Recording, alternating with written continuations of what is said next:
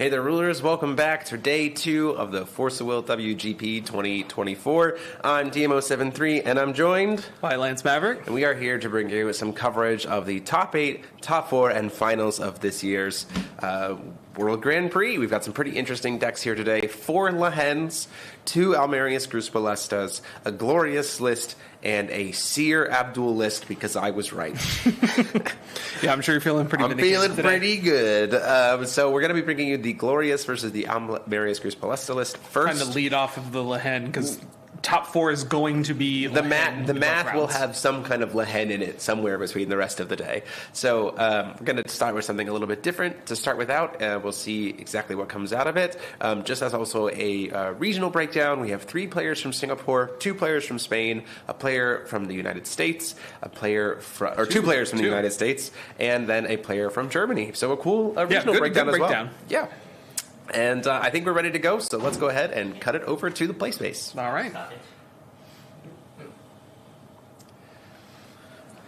So Jordan is on our left. He is playing Almerius Grusbalesta, so he'll be starting with 7,000 life. That's a nice little buffer. Big number.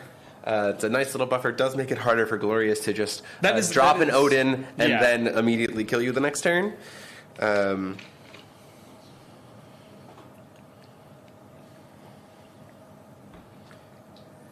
And I believe they've been given the go-ahead, so they're just going to start going.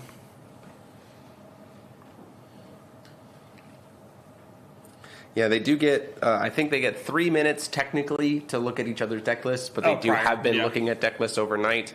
Jordan just get to choose whether to go first or second here. Probably looks like choosing the coin, which is correct. You want to keep the Glorious off of coin as much as possible. Jordan, a veteran of Force of Will, has back after 5 months of playing from a 6-year hiatus. Took 6 years off from the game and has been back at it playing for 5 months. And is good to see him coming back.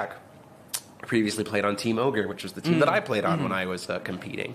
So this matchup is going to be interesting. Jordan did tell me earlier that he has some outs to mask, but he will notice that he has not practiced this matchup very much. So it could very much go either way. The big buffer here is that he does have that extra life total, and not having the extra card could be a problem. Jordan is on the left. All right, so we're going to see Rogue Spectator and a Mask come down. Do you see the Mask at the beginning? Get that first turn Ragstone getting brought in because of Grusbalesta. We'll have life totals here up in just a second. We do see a Knowledge Stone on turn 1 and a Pass. Not the best opener, but considering the fact that Jordan does not have access to a Water Will coin, that could be actually really relevant if the Suya comes down here for a Lorite or a Persephone to stop it. Not being able to coin out a Cursed Mirror could be very relevant here. For sure. I'm going to go ahead and pull up Cursed Mirror here for our first time since we have the light of our card program working now.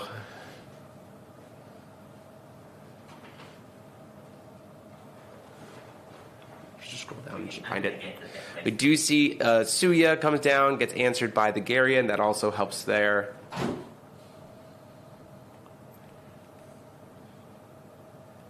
pull up the image in just a second. And then, so we did stop the first Suya. The question is, are there any more there for him to play?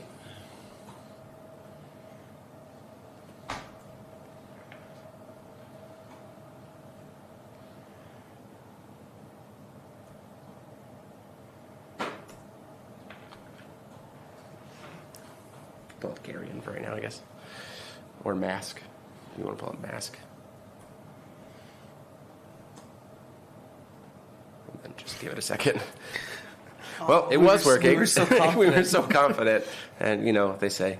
So we're going to go ahead and go for the Attendant of Asmodeus now. Go ahead and set up that Odin. Yep, to go ahead and get it ready so we don't have to try to walk into, again, taking advantage of the fact that the Will coin is only currently white and black. This is a great moment to do it, right? It doesn't have to worry about... There's very little that you can do. Doesn't have to fight over a...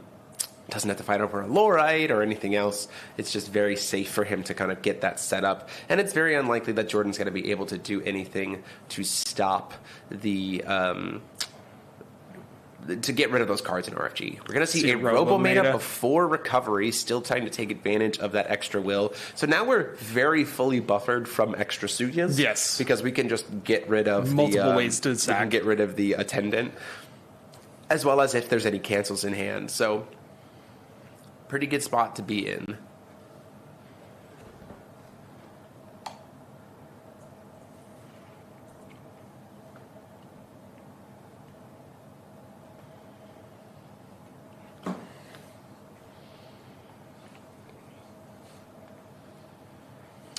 Keeping in mind that Alberto will be able to potentially pitch extra cards to dig as well. We're really we're not going to be able to see an Odin come down here until Alberto's turn 4. It's going to be a while because in order to be able to destroy all of your opponent's stones, they have to have at least 3. I'll go ahead and put up Odin.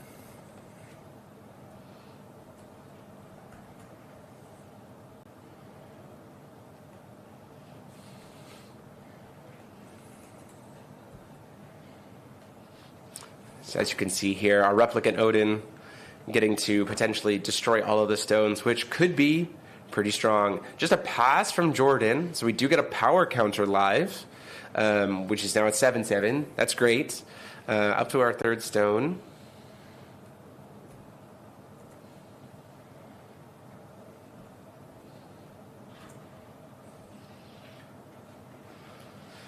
So we are probably just going to move in for combat. We're going to get in for 5. We got to start taking that 7,000 life total down eventually. Yeah, you have to push wherever you can. But leaving it up 3 will going into Jordan's turn to be able to kind of punish any plays that Jordan makes, especially if their main phase plays, does set up Alberto for being able to do some pretty potentially safe Odin plays. It just comes down to, does Jordan have something in hand that justifies playing cards right now, or is he just going to be holding it? Problem is, if you hold cards too long, that Robo-Meta will eventually become a 15-15 with barrier. It just kind of becomes a problem. Yeah, absolutely. So you will the 6,000 life that you kind of have left for Jordan won't really matter because it's a 4-turn clock with Robo-Meta that's probably never going to get removed. Yeah, and that's just going to be the game. It's also flying, which is super relevant. Yes. One of the big things, too, here is that Jordan is, if I'm looking at the Jordan list here, he is playing the Final Stands package, which when you're playing into Alberto with Glorious is not the best thing to go do because they can just pitch Persephone to make you get rid of... Ambushing Scorpion at end of turn. So this is going to be used to solarize a Replicant Kaguya. We were trying to cheat in a stone as Alberto tried to leave his main phase so that Grus Ballista could then use that stone and cycle it. But Ambushing Scorpion gets canceled here by Replicant Kaguya. An excellent play. This is also a reason why I imagine that Alberto probably did the attendant of Asmodeus early so that it says, hey, I'm not going to be able to go right away, so I'll set up this Replicant Kaguya as well. And that's really, really big. This is also an additional body on board. It protects, it's an additional body on board. We have 2 Moon available right now because the Moonshade can produce Moon, and also we can put a card back to produce Moon, which means that we can cancel 2 automatic abilities, which is also incredibly good into Almeria's Grus Ballista because they can't use their Stone Ramp cards and then sack them. Meanwhile, they're also under the tax, right? So there's a very real world here that next turn we just see a hard jam of this Replicant Odin, why not? Even into 4 will, because we have so much ways to respond to whatever might be being played by Jordan. Now, looking at Jordan's main deck, he is playing 2 Girls Staring At, so that's certainly a choice here. It costs 3 will. Number 13, Anti-Magic could come down here, which would be also something that Replicant Kaguya couldn't do anything to against. But I also think for Alberto, there's a point where you're just going to start swinging with this stuff, and you don't really need to go for the Odin right now. You don't need to overcommit. Like, you're over value-wise. You've got the control elements here with the Replicant Kaguya. You can just represent damage and push through, and then once you use more Replicant Odin as like a punish than an aggressor. 4 sort of progressions in Jordan's deck, but those are not live right now, and they cost 2. Swing in for 7. After swinging in for 5. And look at that, we're just right back to where we started. Even with that replicant Shiva, that's not even very helpful here because of the replicant Kaguya. It'll just be able to cancel the enter effect. So Jordan's in a pretty good spot here. I imagine we will not see an Odin come down here because there's so much open will for Jordan, and there's so many things that might just be hard to play through. Now, that being said, if Jordan's out is trying to play Girl Staring At in response to the replicant Odin, then and Alberto has like a Persephone in hand, then you do win the exchange. Yes. But I don't think you need to be trying to win the exchange right now. You're already winning on board state and hand advantage. The 7,000 life total doesn't matter. Yeah, you just say, this happens, I'll try again next time. Right. And replicant Kaguya also means that the ambushing Scorpions Jordan's playing are just like kind of dead. They're just dead cards. Before recovery, there's the Girl Staring At.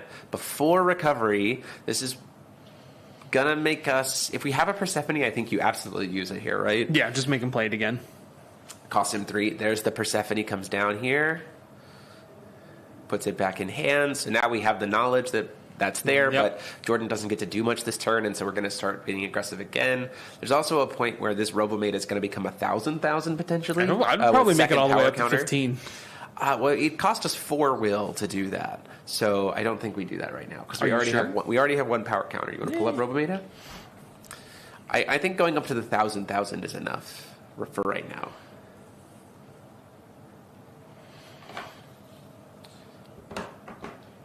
So Alberto doing a great job here. I mean, if you don't care about the automaton rules, you can just... You can't go to the 3rd without having 2 power counters on it. Yeah, you just pay green. Oh, I guess that's true. Yeah. If you don't care about the automaton line detects, you just pay green and then green 1. So we are going to see our first Vacus. Vacus is kind of good here. Potentially going to go for the replicant Kaguya, most likely.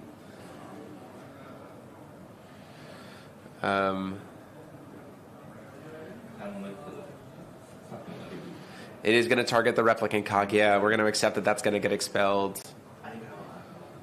And then a pass. So we currently have exactly enough will to be able to do a Girl Staring At here. So if there's another Persephone in hand for Alberto, I think you just jam it if you have the repo. Like, this is the exact point that you would want, right? It's exactly 3 will, so there's 1 point of interaction for Jordan. If you have the second Persephone, if he wants to protect the Vacus, he's going to have to spend more will. The Lorites, I mean, arguably Jordan could have multiple Lorites here, right? That's a world. But I think that's fine. Yeah, we're putting a second power counter onto Robometa. It's still just a 7/7.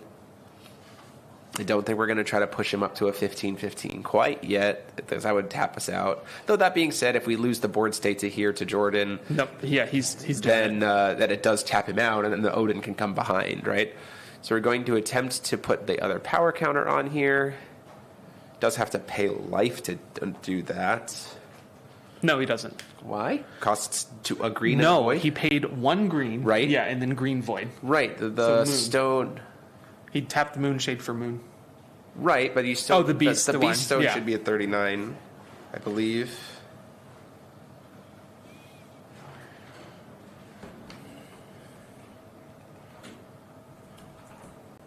It's the Lichen Blood.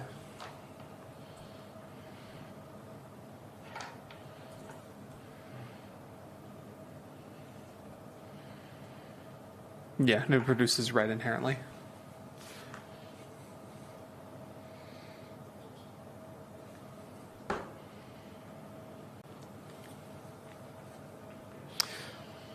So it gets to swing in for 15 there. Now has barrier, so the Vacus can't even stop it.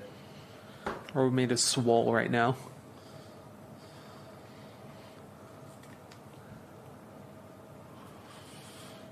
And second mask. So this is pretty good here. Playing the second mask here makes sense because now it's on the chase. Tax him further. Well, so here's the the tax of 2 is absolutely huge. If we have another attendant here, like that's really, really huge. There we go. They got it.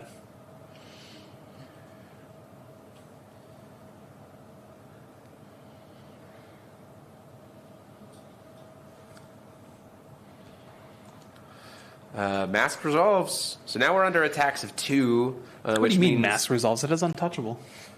Sure. I mean, in sense of like we're not going to do anything in response to the mask before we get taxed even further, right? Like, so now that we're under double mask, sort of progression that's not online costs us 3 to get online, and even three will draw a card. Yeah, doesn't seem great. And also, the scorpions are super dead, immediately dead, because they'll only get you 1 stone, but it costs you 2 to use Gruus Ballesta to then sack it. So you just are down will wise. So Alberto is playing ramp. Alberto is playing this absolutely, pretty much flawlessly, especially since that early. Asmodeus is attended is just really good, and also now Vakis is even taxed too. Yep. So like his God's Art costs can't even hit the mask to begin with. Right. And can't hit Robometa. The tap effect can't hit Robometa. Like, this is a very good position for Alberto to be in. We just get to sit back.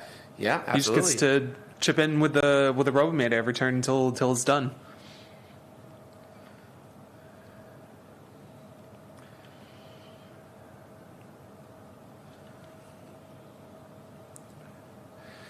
Now, looking at Jordan's list, like 4 will for a girl staring at, 4 will for 3 will for a 2 friends and a cat, That's 4 rough. will for a metal helix. Number 13 does currently cost 3. Yeah, because it's taxed 2 and then gets its cost. So like number 13 is playable. Loki's insight costs 4. Suya's not going to get to eat anything because it's just going to eat the attendant. Dark Alice is to draw. Mikage Rhea gets you to mill a card, but that's not great. Welser, his last lecture costs you 3, so like that's even There's worse. A lot it's of just cheaper here. to cast the Welser at that point. Tinkerbell's Spirit of the Light Trials. Now Tinkerbell could be good. The problem is costs 3. The activate ability costs 3, and then you also have to stick a 2-drop. Yeah. So it's a lot. Now we even are starting to get the Hyde Shooting Star of Light into play here. We are trying to kill next turn. Oh yeah, why not? So swing in for 15. You can flash in the Hyde, recover the Robometa, swing in for another 15. Potentially just trying to close out the game right now in end phase here. And unfortunately, Jordan just seemingly sitting on not a lot to be able to interact. Honestly, I think with the life lead going this, I probably would have conceded at this point just to try to have more time. Yeah, potentially. I do think that... Like, if I let the second mask go... strangely enough, that proactive Robometa has been really, really good. Like, my man. Just taking advantage of a white will coin that's not going to be able to stop it and just jamming it in, especially with Sword of Progression not live. Like, I do think there's a world where, especially based on how much interaction you have here, it's just swing in the air with Robometa. That's kind of the buffer that Mask gives you, right? Yeah. Where it's like you can be a little more aggressive as the glorious player with your like value 1-drop resonators. Yeah, even more so when the coin isn't blue. Yeah, we're going in for 15. Goes down to 15. I mean, I think we see the Hyde. Yeah, immediately I think we see the Hyde, because that's another activate ability cancel, which is just like even better. I mean, there could be a Mikage Rhea just to block it. Yes, there's the Hyde. But the problem is now, so the Hyde also, strangely enough, also answers the Mikage Rhea block, because it can remove a counter to tap. We're going to do hard cast Welser to try to put it back in hand. I think you let that resolve and just recast the Hyde anyway. Right? Yeah, I don't see like Alberto has so much will available. Right. Like fight over this. I'm going to resolve it. And then I'll just recast it. Yeah.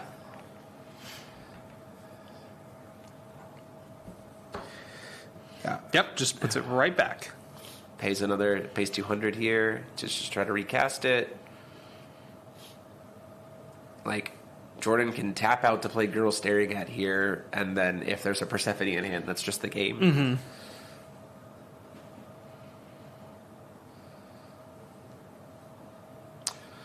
Trying to look.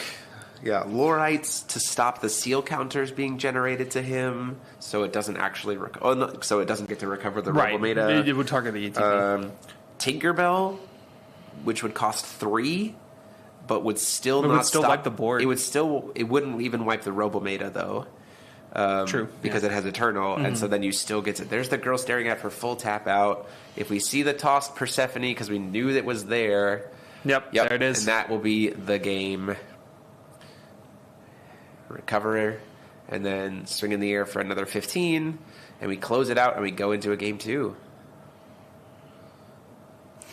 Just okay, yeah. His hand looked like a lot of chance. I think I saw at least one sort of progression in there. Double mask was the right call there. We talked about this at the Airbnb before for Team USA. They were like, "Would you ever play a second mask?" Absolutely. And I was like, "Yes. If I'm ahead and I'm playing against a control deck, I will play 3 100%. will to make it harder for them to exist. Especially if your hand is good like responsiveness." So I'm going to bring up mask for us again. Didn't even need the replica node, and we just robomated people to death. You'd love to see it. Making the opponent say, you don't get to go. Now, hear me out. I'm hearing you. I don't know if you go first or second as Jordan. Going first is inherently weaker because you let the Alberto play on curve, right? That's tough. You let him have an extra card. You let him... his deck list. Yeah, for sure. But... having 2 turns feels like pretty relevant. And the white will coin did absolutely nothing that whole game. There's an argument to go second so you can have your swords. An extra card? Yeah. Yeah. And it's like if you don't have to do anything that first turn, you can at least start getting swords online. Yeah, for sure. Hellfire of the Demonic Worlds, Tinkerbell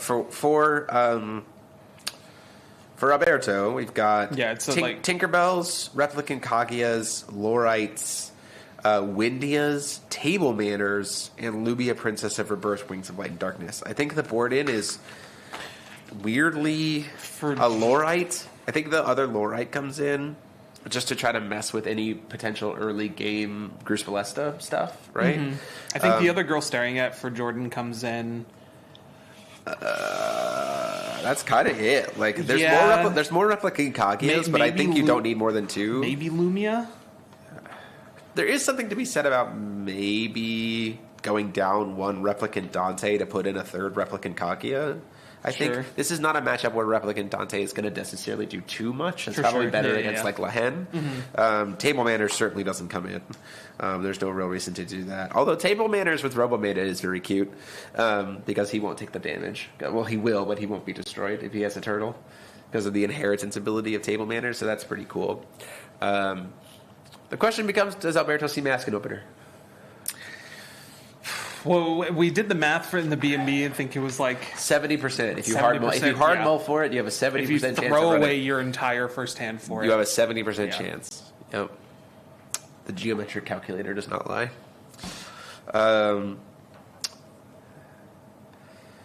Loki's Insights, not super great because our interaction isn't actually quick cast. It's activate abilities. I think the only thing that comes in is the other girl staring at. The 2 friends and a cat. And the high-speed uppercuts. I don't know if high-speed uppercuts really... The Accursed Ice Shard in main deck is absolutely getting removed. Yeah, you do not need to... It's honestly bad, against Glorious. People think that it's okay. It's not. It doesn't really do much. Because, again, I will say, Ice Shards could be good against Alberto if he doesn't see Mask and tries to go for the attendant line. But if he sees Mask and Opener... It's irrelevant. Then Ice Shards is incredibly, incredibly overtaxed. 2 friends and a cat can be really good in response to an attendant of Asmodeus, so the cards that get RFG'd get expelled instead. High-speed uppercut treatment can take advantage of an aggressive early attendant to say, okay, cool, there's your Replicant Odin, I'll get rid of all 4 copies of it, right? So those are cards that I would certainly try to consider maybe bringing in. Therapist isn't going to do much. I think Lumia. The Lumias could also come in as well. It's a little bit taxed, but you could pay 2 to remove the Robometa from the game before he gets Barrier. Exactly. So that's also certainly a board in. Did choose to go second. Sees an opening hand of shipping back. Opening hand of double Lorite Vacus, triple Lorite, and a Sword of Progression. That's not a great opener. No, that's especially rough. if Alberto has a mask. Nope, no mask. Okay, we've got a game going on here. But that hand is not great. Yeah, that hand's very awkward. I mean, it's a lot of things it's one of those things where, if there had been a mask, that would have been a safe mask. For Alberto, is there ever a world where we just play a mask on turn 2? Yeah, I don't see why you wouldn't. Yeah. There's no real progression there for Jordan there. Taking a risk play. People were... Oh, there's the Lumia, so the Robometa gets to be messed with there, which is pretty good. I also think as the person playing Robometa, it's a one-drop. It's just like, okay. Yeah, for sure. We are you just spend 2 will to do this. Callstone Pass. Our first sort of progression is online. That's not taxed. Very solid. And a pass back.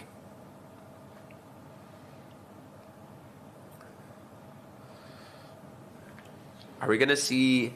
So I think there's a world where you just try to dig here as much as possible for a mask and just hard play it for 2, right? Sure. Because of the amount of value you will get into this matchup, I think it just absolutely, especially now that you've seen that there's sort of progressions and everything else, I think trying to find it, even just to play 2. Oh, we're going to do Hide, so no Dark Alice coming down here. Are they playing Dark Alice, Jordan? I think so.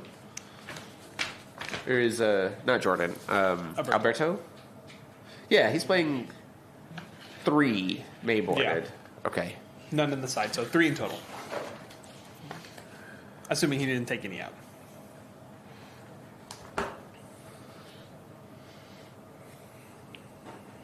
Rogue Spectator at end of turn just to put a body out onto the board. Say, hey, I'm up on life. Let's put you on a 10-turn clock. We're going to put 2+1+, or we're going to give the Rogue Spectator a +2/+2 before recovery, thanks to Almerius. So, I mean, it's less of a clock then at that point. Going for 6.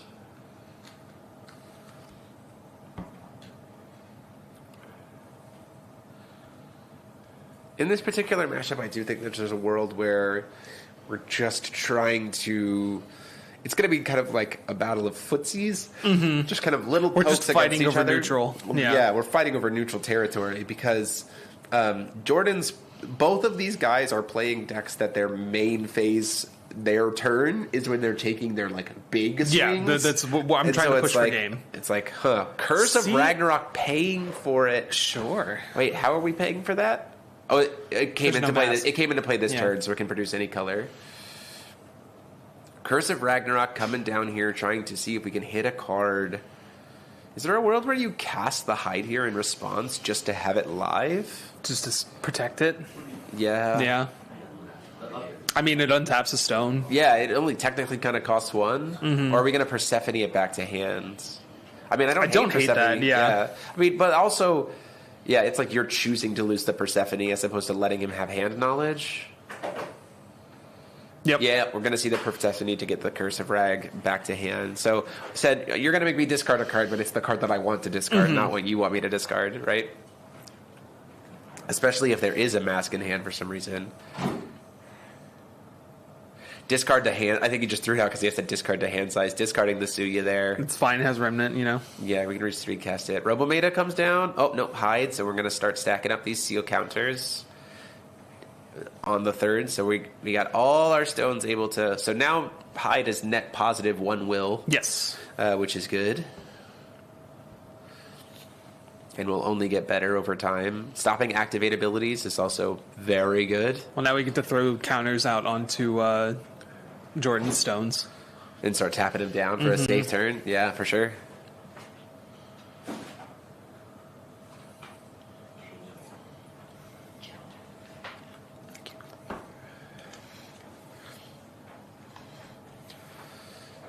Just past the turn there. We get a pumped up... Rogue Spectator. You do eventually need to start taking game actions. Hey, you know what's a game action? Swinging. That's true. I mean, for Alberto. He does eventually need to start doing something. Otherwise, he is going to die to a 6/6 Rogue Spectator. Hey, we get there. But I also think that there's some natural advantage to trying to push stuff in now in like Jordan's end step. Because then it's like, well, it's either going to succeed and I get to stick it around, or I get Jordan to spend will, let me go into my turn and then I do what I want. Right? Again, footsies. So we'll see exactly how this goes here. This looks like an end step Hide. Yep, end step Hide. We're gonna floating will. Nope. We're choosing how we're paying for it a little bit differently there. Enter effects. Down comes the first Lorite. Do we have a Garion for the Lorite? Now, Garion for Lorite here is good because it sets up a second card for solar, a card in our pile for Solarization, which we could use for the Shiva. So you want to pull up Garion for us? Now, we know that Jordan has more Lorites. Is there a... Oh, we let that one resolve. Interesting. Another Lorite comes down here. I think there's a world where you were actually supposed to Lorite the Garion instead. What would that gain you? It gets another body on board for if we get to do the Judgment turn to like pump everybody up. But it does open you up to a Replicant Shiva. So it's like a trade-off, right? Another Garion comes down here. If we see the third Lorite, that's potentially really good for Alberto. Yeah, I think at this point you just go, okay, that's fine. We'll just go into my main phase. Especially since they now have 2 Darkness cards expelled. Let the... Or RFG'd. So, nope, the Hide is resolved, so now we can stop activate abilities. We have the ability to destroy stuff that is rested. We have all this extra will at the end of turn. We're going to use it at the end of turn.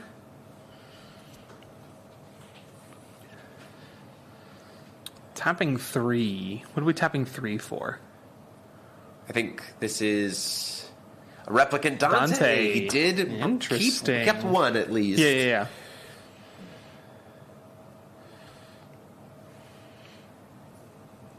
It does set both their life to 2,000. Yes. If he solarizes it. So, could just be a way to say, hey, I made you spend a bunch of will. We're in your end phase.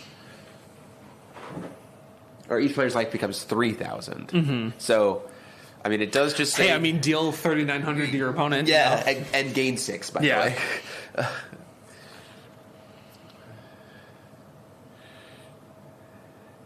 Yeah, I do not think you tap out here, Alberto. I think you want to keep will open. But only 2, like, he has a coin that's black-white and an Arag stone, so 3 will open. He hasn't gone to stone yet. He hasn't gone to turn This is at the end of Jordan's turn. Yeah. So, I mean... Tapping out here is fine. Yay. Making 2 life sap or chrono gears. If this burns the Lorite, that's 1 more will out of the way. If Jordan has the 3rd Lorite, and this is an activate ability, so it's not going to be able to get stopped by a Sword of Progression. And we're in end step, so Vakas that we saw earlier in the hand, not helping much.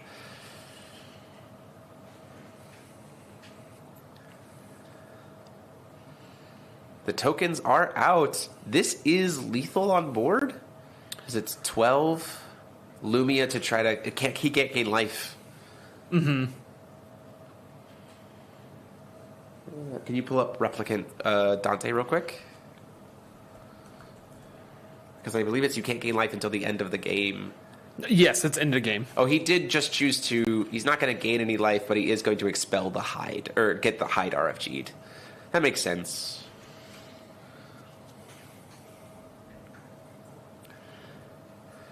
Yeah, if this card was played, Solarization players cannot gain life until end of game. Replicant Shiva, I think, is lethal here. Paying white. So here comes the Odin. We have counters thanks to paying life to Replicant Dante. Down comes the Odin. That's going to blow up all the stones, which means there's definitely a protected play here. That is the game. That is absolutely the game. Sword of Progression to try to cancel. Garion to cancel it. That is the game, because there is a dark... we have 2 Darkness Resonators in Graveyard. Yep, scoops it up. No, he's scooping up the stones. And we have a Suya that was discarded earlier. I don't think that's enough. So, no. Suya plus Persephone plus Life Sapper in Graveyard gives a -6 to the board, and then we can use his Lumia to give a +2 to the board. And so then the Dante plus the 2 tokens plus sacking the tokens for life. That's 10, 22. It's not quite lethal. It's just shy. But it is. Jordan also has no stones. Yes, no stones. Yeah, so that is pretty much pack it up. Gonna get basic checked. Swings there. I think you let the block happen. He's going to try to give it +2/+2, so it becomes a trade. In response, I think you use the Suya from the graveyard to give it a -2/-2, so that it still just becomes a bounce off of each other.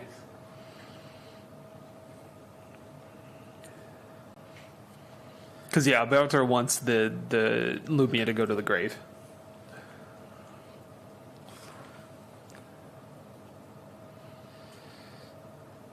Swinging for 4, takes him down to 26. Swings in for 8, takes him down to 18. Yeah, that's pretty much everything at this point in time. There's really no coming back from this board state, especially considering the fact that there is a -6, -8, sorry, -8/-8 potential before he even gets to call Stone. Does have to call Stone with Gruus Palesta because he lost his Ragstone. Mm-hmm. And I mean, even if a lot of this stuff gets answered next turn, our Belter can always just discard cards to recover Odin. Yeah. Yeah. And even then, we can also pay life into Replicant Dante to board wipe whatever gets potentially established here, too.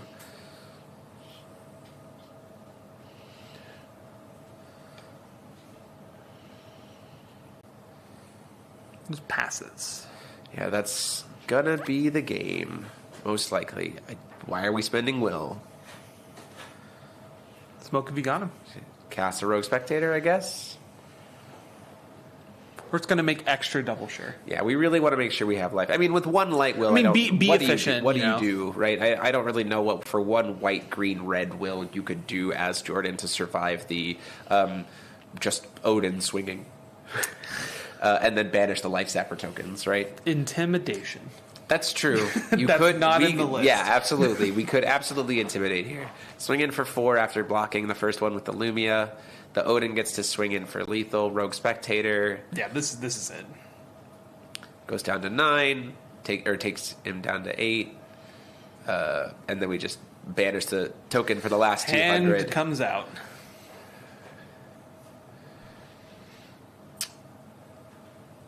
Not a bad round one. Not a bad round one.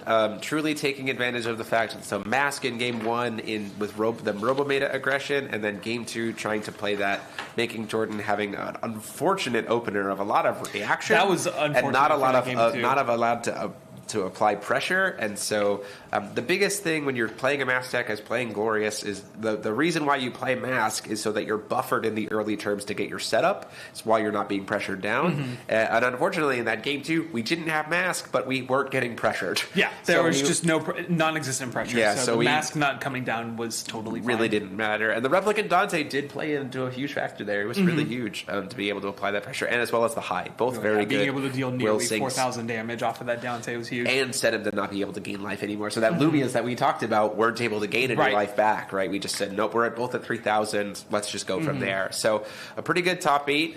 Going on to top 4. Hopefully gets one more win and we see Glorious in finals, because I absolutely love that deck. But we'll see what the other things go. So at this point in time, our top 4 is locked in as at least one Lahen, because there's a Lahen mirror, a Glorious, and then we'll see whether it's another Lahen versus Seer Abdul or another Lahen versus Almerius Gruus Palesta. So we could have a top 8 of Almerius Gruus Palesta, Lahen, Glorious, and Seer Abdul. 4 different decks in top 4, which would be very crazy to see. So we'll be back in a little bit for top 4, and see you soon. See ya.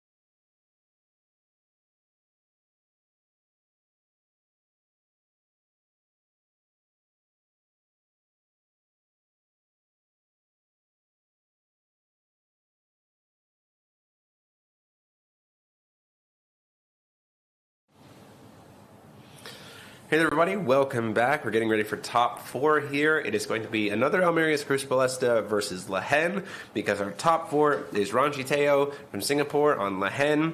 We have Jean-Paul Klinsworth from Germany on Lehen. No, this is Adrian. And then we also, I know, I'm saying the top 4 in general. Sure. And then who we're going to see here is Adrian Ponzcano on Almeria's Cruciblesta. And then obviously our Glorious player from last round made it into top 4 too. So top 4 is 2 Lehens, Glorious, and Almeria's Cruciblesta. Truly anyone's worlds at this point. For real. So looking forward to seeing. We're going to go ahead and get started in about a minute and a half here. Looking at the deck lists. Ranji's, let's see. Trying to look at here. The Almeria's Cruciblesta list. Ranji's list is playing some interesting tech cards to be able to answer things like Mask with not that he has to deal with it right now, but Protoperopolis, which is the Marvel Rare Edition, that because they're playing so many different stones, there's some advantage there. Does give the deck some kind of potential main ways to answer Mask. Oh, this is they're playing the final stance in this list. Yes, the Almeria's Cruciblesta is doing final stance stuff. From here, we're playing a lot of one-ofs in this list. High Speed Uppercut, Accursed Ice Shards, Muse Staring At, Spirits of the Mirage Ruins, Remnants of the Ruin to be able to go into the Witch Train. And we'll get into it more as between games for sideboarding and stuff, but let's go ahead and jump over to the table.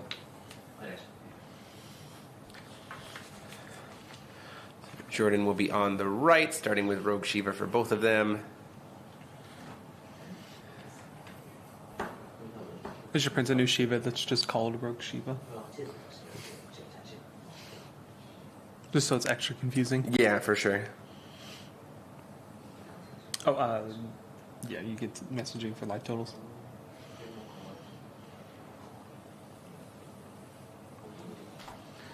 So, looking at the lists. So, Adrian on the coin.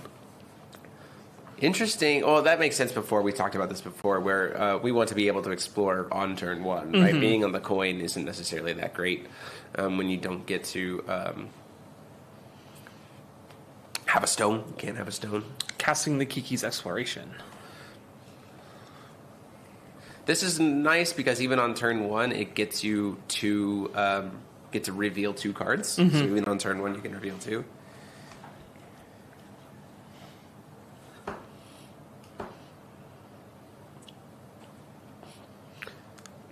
I know Lehen needs to have something go with it, but personally, I love the deck. It's so much fun to play. Yeah. See, right off the bat, we hit a Kiki and a Spirit. That is a very good turn 1 hit. Wow. Because now we essentially replace the Kiki's Exploration that we cast at the beginning, and we set up our Explore for next turn. We also get to draw cards. Yep. Then we Explore at before Adrian's first turn has really even started. It explores a mirror. Absolutely dynamic. That's an insane opening. Oh, that was at the end of Adrian's first turn. Now he gets to swing in with this 9. Takes it down to 61. Very strong opening here. Exploring 2 and does whiff there, but I mean, you got to whiff somewhere, right? Yeah, absolutely. After that insane opener, yeah.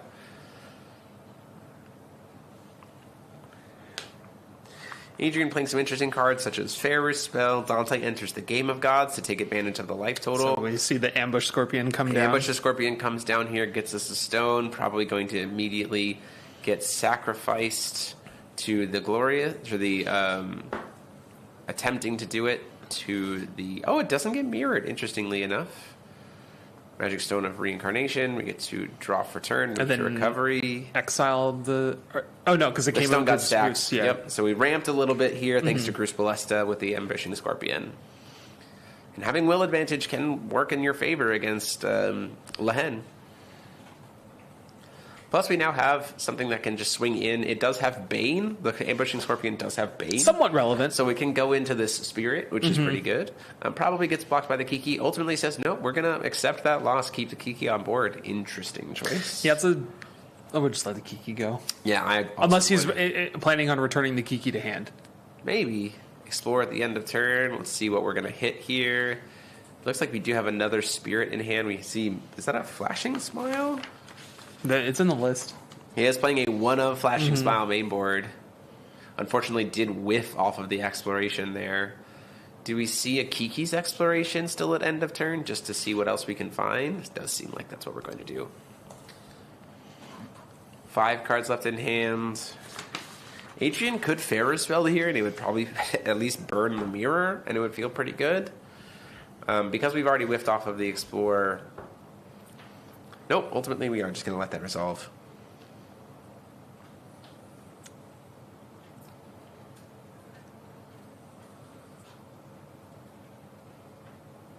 Whiffs again off of the Kiki. So we had that really hot first exploration, and then the others have not been super great. You know, they say about hot fires. They burn out faster. Moonshade there. Gonna explore 3. That's another spirit. Or no, Misty Dragon. Yeah, Misty Dragon statue.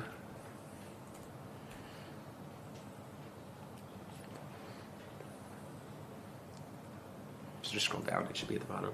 Yeah, there you go. End of turn, we're going to throw down the Mikage Rhea. First Rhea of the tournament that we got to see. Kind of shocking, Let's go. actually. We're going to try to send a card to the graveyard, specifically Final Stance. Wow, this is classic. Yeah, absolutely. And I don't really know if Lehen has much to be able to stop it. The Judgment, I'm looking here at the list. It could be Right Asnimals to stop the Enter effect. Yeah, that's a thing. Statue of the Misty Dragon can kill the Almerius. I'm going to float some will and then try to sack the stone to get an extra card draw here, just to kind of fill out the hands. Girl Staring at Spirit of the Mirage Ruins could be good here to stop the cheat-in of the addition. Well, you don't necessarily have to go into it right now, right?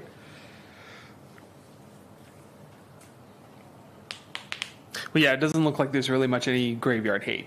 No, you kind of just get to pitch it into the yard, and then it just sits there until it's going to sit there until you need it. Mm-hmm. Swing in for 6, gain 6 back.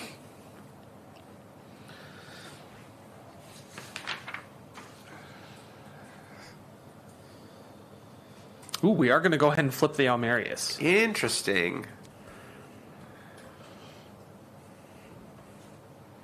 So we're going to try to reanimate the Final Stance. Take an extra turn. I'll go ahead and pull up Final Stance. Seeing if we can get there. We're going to try to explore. Doesn't see anything particularly there. Does see a Kiki. Can keep trying to draw. Kiki and a Water Spirit. Has to put a card back at bottom of deck. 3 cards left in hand. Going to get to draw 2, put 1 back. Do a little bit of sculpting. We're just trying to see if we can find a Spirit of the Mirage Ruins, and if not, this Final Stance is going to come up. Or there it is. Adrian does play Girl Staring At, though, which is what comes down here. Girl Staring At in response to the Spirit.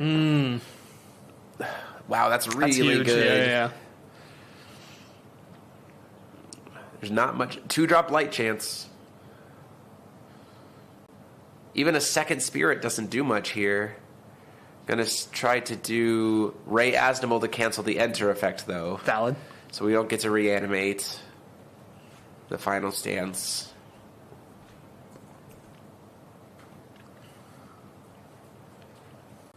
And then unfortunately we do have to just pass the turn there. It's quite the exchange, but I mean... Yeah, the problem is... You have to fight over the extra turn. Yeah. Taking an extra turn when you've already spent some will is pretty huge.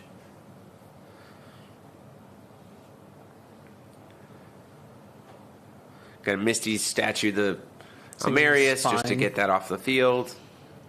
Can swing in for 9 with the swing in for 2 with the Spirit, swing in for 9 with the Muse. Oh, and he is we're going to kill the Rhea with the Spirit. There, gains another 4 back up to 7,000, takes 2 down to 68.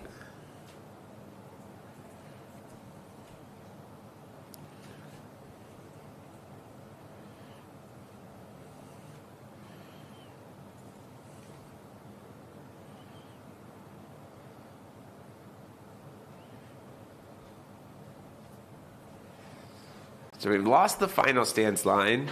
Unless we have a different way to reanimate it in the deck, but that doesn't matter because there's a Muse Spirit, a Spirit of the Mirage Ruins we have to answer. And now I believe there's another way for him to grab it. No, there is not. And at this point in time, with the Sealed Stone of Ega, establishing any kind of a board will be very difficult because at the end of turn it just gets expelled. Mm-hmm.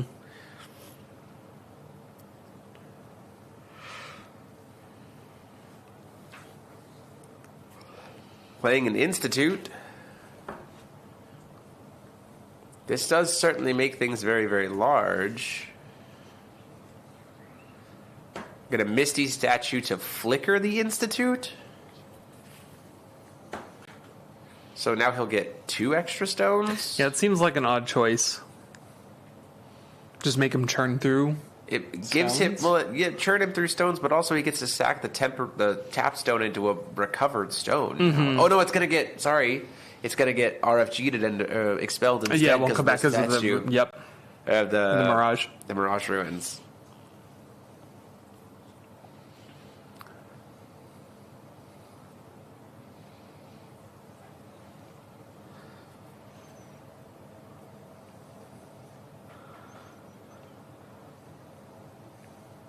Double checking exactly that's how that works.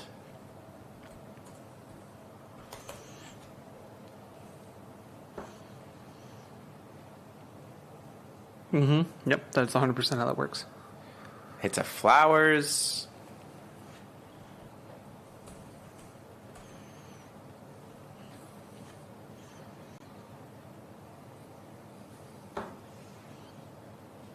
Man, that starter deck value, huh?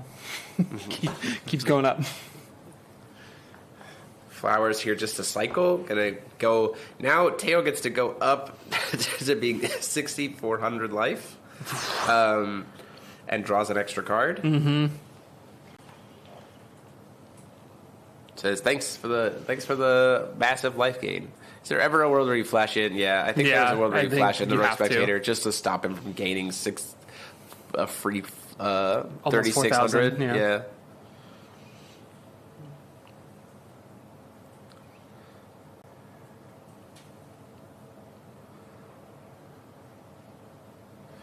Probably just gonna swing in, right? What? Yeah, why not? The risk here is that you have to be able to answer the Rogue Spectator, because if you swing in, that'll do it. Thunder Parasol will be spot removal. Because if you swing in with the Spirit of the Mirage Ruins, it gets blocked by the Rogue Spectator, who then gets pumped up by Almerius, so it'll be able to kill it.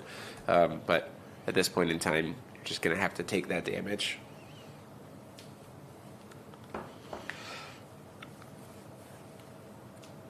I mean, Teo has a full grip of cards in hand, too, so... 5 cards in hand, plus the 4 in the RFG. Maybe we're almost playing Rune Rulers. Adrian is not playing any uppercuts main board. No. So those cards... those are permanent cards. Those are just permanent cards. Pump the Rogue Spectator. In response to the attack of the Muse Spirit. So this is a way for us to at least get the Spirit off the board. And then comes the Thunder Parasol to try to stop it. Do you ever fight over this? No. No. Hits him for 2.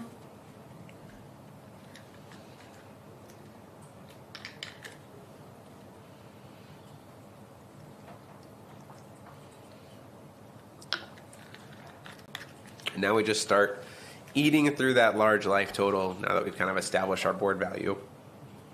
Which isn't going to be very difficult to do.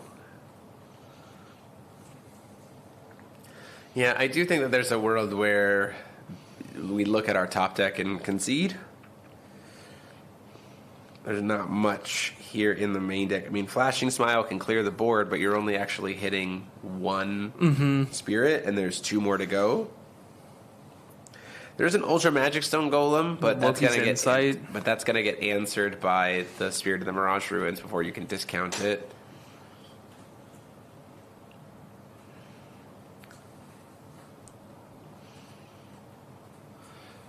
What are we hoping to hit off of this insight? We're gonna explore another flowers and another spirit. Wow, man's running hot. We've had 3 phases. Hot off the top, slow for a while. Now we're warmed up and ready to go. So it's a girls and a flower. He doesn't have to take the girl staring at here. It's up to 2 cards. I think you take it. It generates an extra body. It does, but I'd rather not die. I think you're already dead. It's true. So I think the idea of having the potential to have my things have abilities, is probably better than a 4/4 token. The 4/4 token actually doesn't get to come in though, even because of the Spirit of the Mirage Ruins. It's not a spirit, so it just gets expelled. Token in the expel area. Just gonna hard cast Electra. Play an Electra. It's gonna get unfortunately immediately banished, but it is gonna at least deal 1,600 damage to the board. But that's not gonna answer the Kikis.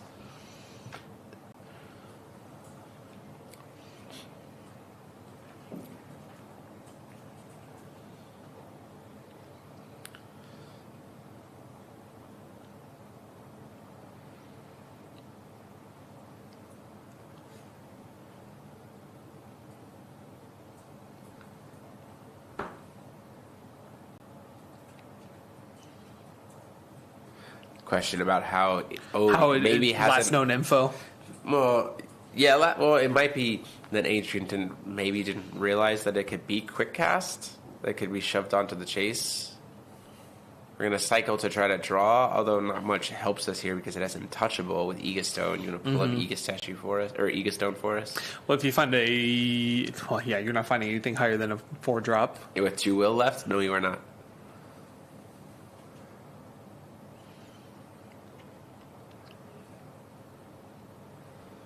Still does burn RJ16 and gets rid of the 2 spirits, and it gets rid of the Spirit of the Mirage Ruins.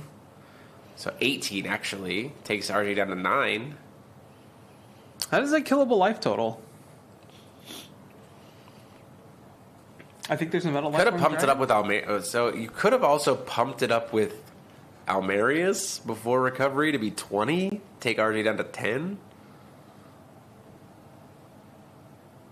So there is another Electra. Oh, is that the play? There's We're trying to play 2 Electras.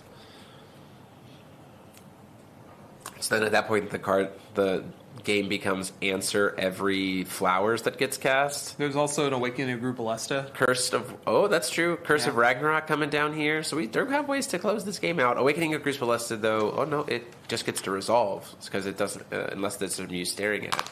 So our own Muse staring at, which is probably getting RFG'd by this Curse of Ragnarok for 2. The Muse staring at is particularly good here because of if there's any more Spirits of the Treasures, that we can at least get those removed from the game. So we're at least not taking a bunch of damage. For sure. So the question becomes, RJ has to keep himself alive and keep the life total mitigated. There's a Persephone there. Dante enters the Game of Gods, Ray Asnable. Just a handful of answers. Some pretty good stuff, though.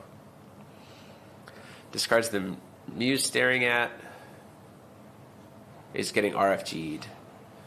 That makes sense. 2-drop cards, though, good against Lehen. For sure. And there's still 2 mirrors in there as well, which means that the flowers is easy to count. Easy to stop. So gets the Kiki off the Explorer. I think you mirror the Kiki, but apparently not. Maybe you wait to mirror the next spirit that gets cast because it's being cast for 0. Yeah. I mean, I kind of look at Kiki and it's just like, yeah, it's on the field. I mean, you're going to get everything you want anyway. Yeah. He's just going to top deck Awakening of Group Ballista like a champ. True. And then just awaken it. So they'll have a Turtle and Barrier. Yep. Only one needs to connect, really. Although the inherent risk there is he needs to make sure he has a quick castable 1-drop in case a quick cast Ecosphere comes down and forces you to banish every stone. Because they will be 0-cost resonators. Yeah. So, trade-offs. No, we ball.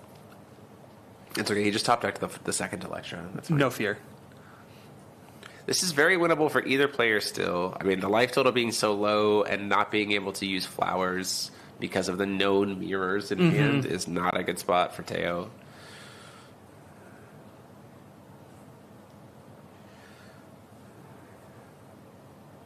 Because the hand is a lot of interaction, and a lot of that interaction is unmirrorable. Right. Right? So looking at RJ's list, I mean, his only, like, cancel elements are exclusively mirrors. An uppercut, technically. Technically, yeah. The Muse staring at, but that doesn't stop it.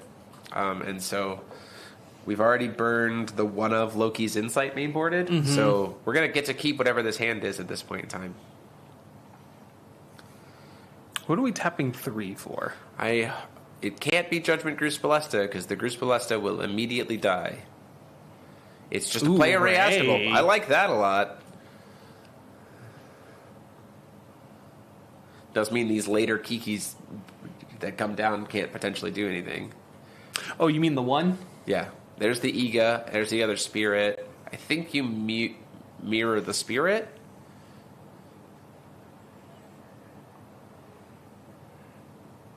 Ooh, we're letting him keep the spirit. Interesting. I mean, Adrian has a pretty comfy life total. We're just going to go ahead and use that Iga Stone right away. Let's go ahead and eat the Ray. Yeah.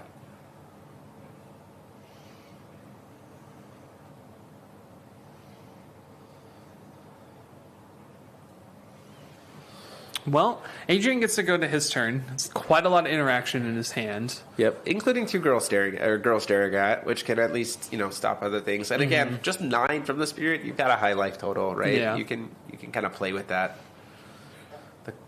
It's probably exclusively at this point we're saving mirrors for Witch of the Fallen Kingdoms, Remnants of the Ruins, and Flowers. Going to try to explore. I mean, there is always the option for Shiva as well. There's the Remnants of the Ruins. Going to pay 2 for Curse of Ragnarok here to try to buffer so we can get rid of one of the mirrors. So that's fine. Persephone, double mirror. Oh, there's the Awakening of Gruus Ballista. That's unfortunately getting removed. Yep. Ooh, that's rough. There's a Flashing Smile. Is that Flashing Smile in bottom left corner for? Yes, that definitely is. Yeah, that's probably getting cast at end of turn as well. We're taking RFG, the girl staring at. I think you just jam the Awakening. Potentially. It comes down to, I think there's a world where it's girl staring at before recovery. So, I mean, like, how many Eagles? We're using Misty Statue to try to flicker his own Kiki here. Just to try to draw into something. But this is main phase. So if RJ doesn't get a good draw off of the Kiki here, we're in end phase at this point. We are out of main phase because of the Misty Statue.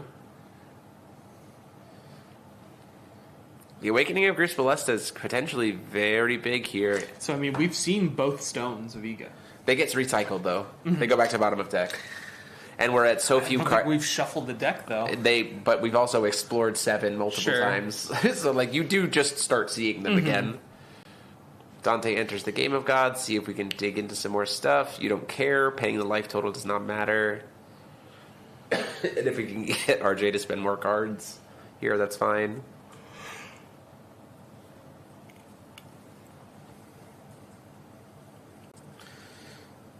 Removing mirror and uppercutting it to Flowers resolves is a play. Sure. Persephone, the Dante enters the Game of Gods back to hand in response to the mirror cast. So we can try and fight over this. That's a pretty good play. Burns a mirror off of RJ. Fizzle the mirror. And if he has to fight over it, then he just uses one of his mirrors again to stop whatever the follow-up play is, or just accepts that we're going to get to burn through both mirrors now. Burning through both mirrors here. That will base can still cast, can exactly cast the second Persephone as well. Yeah. You got a third mirror? I mean, that's fine at that point. It's fine. You third mirror, you have 1 will left over. I will Awakening of Gruus Ballista you, right? Well, you need your stones untapped. The problem, well, then they will recover, right? So the problem is the Awakening of Gruus Ballista is a mandatory cost discount. Right. So Mirror can answer the Awakening of Gruus Ballista, which is kind of why it's a little wild that we went in for it there. We didn't do anything before recovery. We're just choosing how we're going to spend this will here. Maybe RJ just doesn't respect it. Maybe. I mean, so if it is Ega and we have a quick cast Resonator, then the quick cast Resonator gets eaten by Ega and our stones survive, and then that's enough damage on board to, like, one stone needs to connect. Right. Right? Which is a great spot for Adrian to be in. And we also know that Adrian has double mirror available. So we are going to try to go for Awakening of Gruus Ballista. Yeah. Awakened, specifically.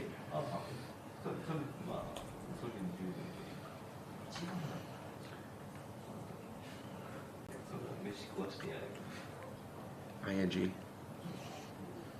Yeah, Awakening of Gruus Ballista.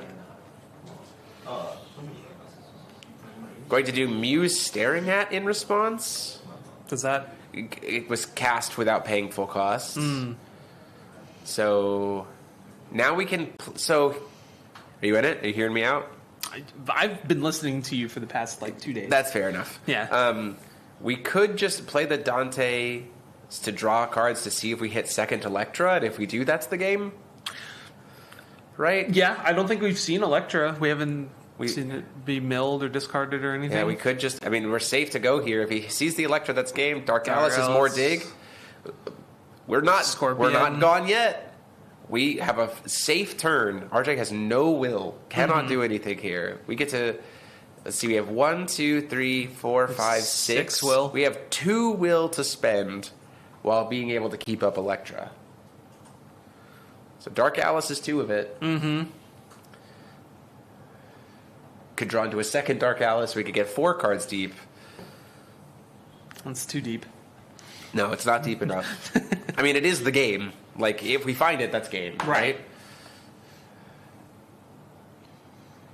Taps 2. So he's going to cast 7th boon, so Ambushing Scorpion, Dark Alice, Dark Alice.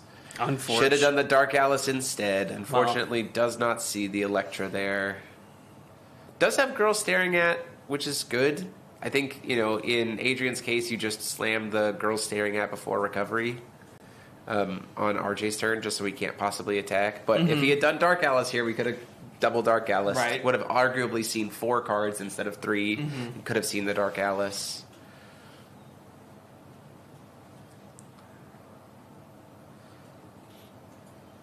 Not dead yet, though. We can still has a pretty comfortable life total. We also can still just cast these Dark Alices. Like, they are castable, right? So, I just do it in a turn. Yeah, it comes down to, can we see it? Now, RJ does play the 1 uppercut, so he could just uppercut call... I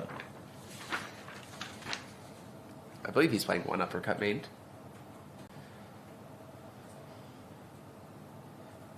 Maybe I got that's Adrian's list. If he is playing the 1 uppercut mainboarded, he could just, if he finds that, just call the Electra and close out the game that way. Yes, one mainboarded. I'm trying to figure out how much damage he could potentially push. The issue is now that we have to answer the Misty statue. There's the Ega Stone.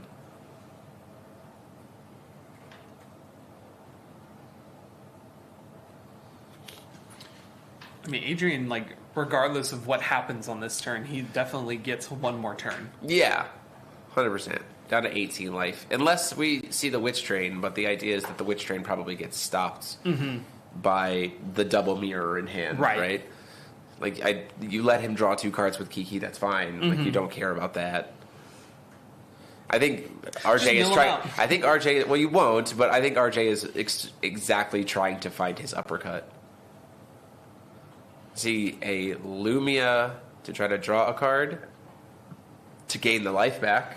Gain the life is real. It says that's fine. Buys him another turn, right?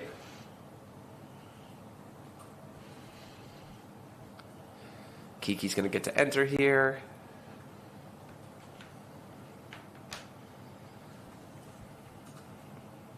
We are going to get to see a lot of cards this next turn for Adrian. We have 2 Dark Alices in the tank. C5 cards. We can just hard cast a Replicant Shiva. It won't kill the Kikis, but it'll kill the Spirit, right? And then, RJ kind of runs out of threats eventually. No, he'll get in with those Kikis. It'll be massive. Dance of Spirits. If that's going to resolve... If you won't let me do my final stance, I'll just take an extra turn. Just say you don't get a turn to interact with me at all. Right. Right?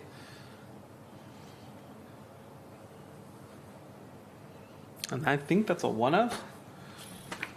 Yeah. Girl staring at it in response. We're going to flash in the Fair Spell. And there's no mirrors left in the Expel area. So if does that flashing smile get canceled, or the girl staring at get canceled? You kind of have to. It's going to explore to see what we can hit. I think we might have already burned all 4 mirrors, though. Oh, no, there's another one. Explore 8. Ego Stone and Mirror. Rough. It's the burn a card from hand. But this is all still pre-recovery, right? So it's like, okay.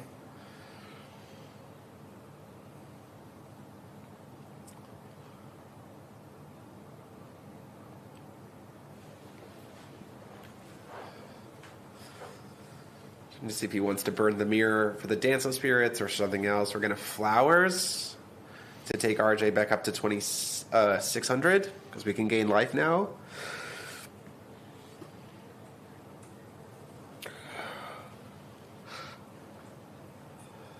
So this kind of makes this Electra or bust now. Yeah. The issue now becomes that the Electra this turn can't do anything because the girl staring at's going to get to resolve. But again... We're going to buff up the Lumia before recovery. Just because. The Awakening of Gris Ballista is a 1-of, right? Yes.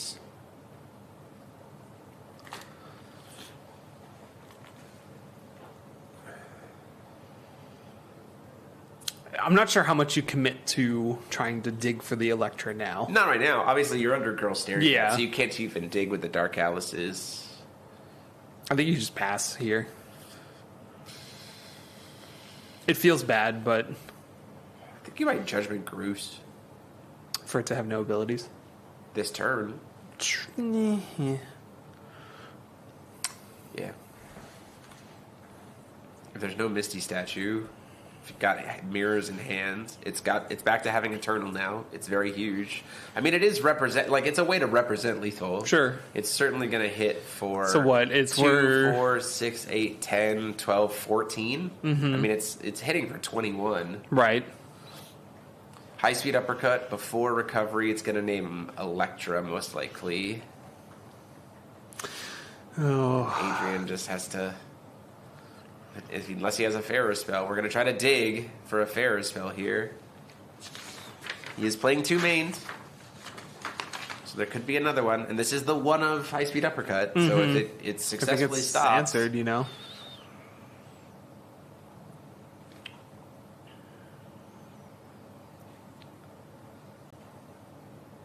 Could cast another Dark Alice here to just try to continue to try to dig.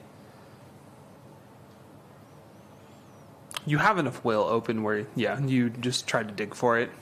Yeah, you need the Pharaoh spell to stop the ice speed. Because if the uppercut hits the Electra, we're in for a bad time. That's just it. Because a Misty statue is also still on the bottom of the deck. He called Persephone. There's the Electra in hand. Why did we not... Oh, no, the girl staring at. That was why we tried to buffer it. But Double Mirror is still very relevant here. Persephone seems like an odd choice. Well, RJ is out of mirrors at this point in time. So Persephone is just a free put something back. But you have so much will that it's like you just recast it. Right. We're at the point it's like, I'll double spell this. It's fine. I probably would grab Mirror instead. Oh, but Mirror gets expelled, so you can't name name Mirror after it's already been used.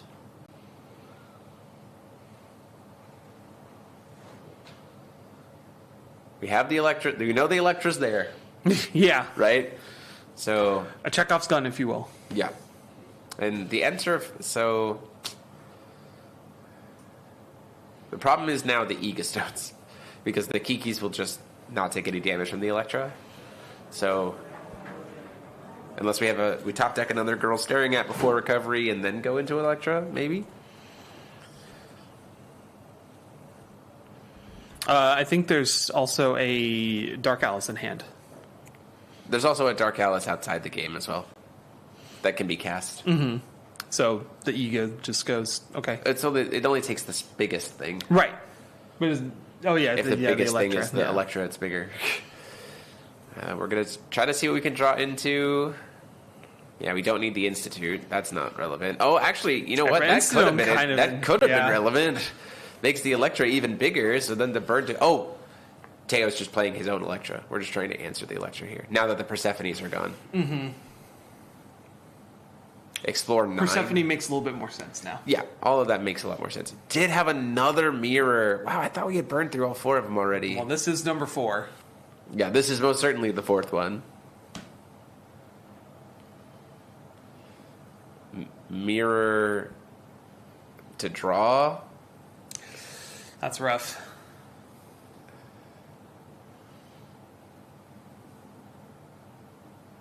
And that will be the game. I don't know if we have time for a game 2. I'm going to ask our judge. How much time we have around? Probably not a lot.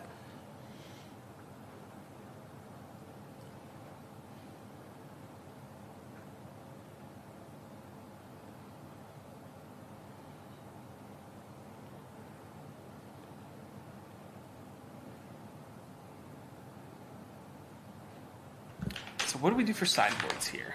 Yeah, that's a good question. So RJ has Flashing Smile, 3 Garion. I think the Garions come in.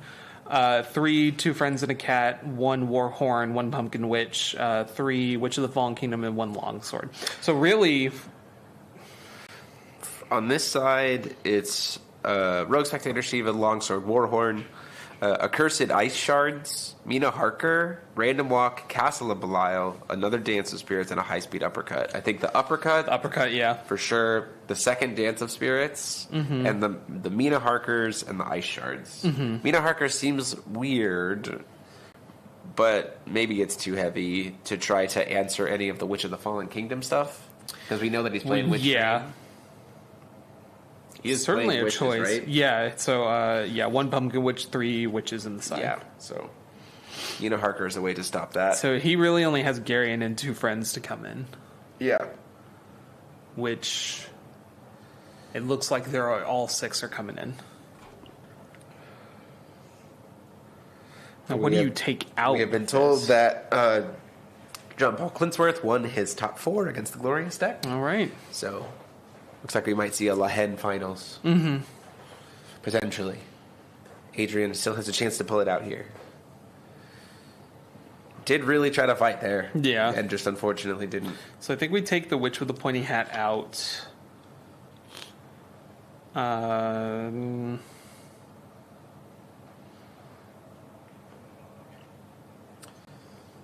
Ultra Magic Stone Golem probably comes out. Yeah. On the Gruz Balesta side.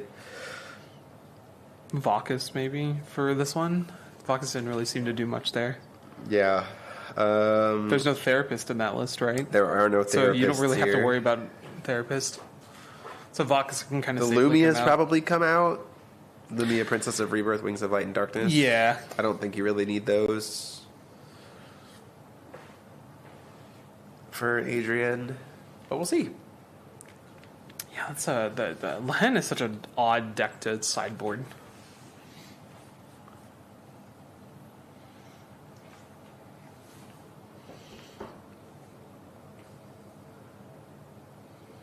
Yes, Lahen 1 game. Yep. So we don't know how much time is left. We don't have the timer right in front of us. So. I doubt they finish a second game.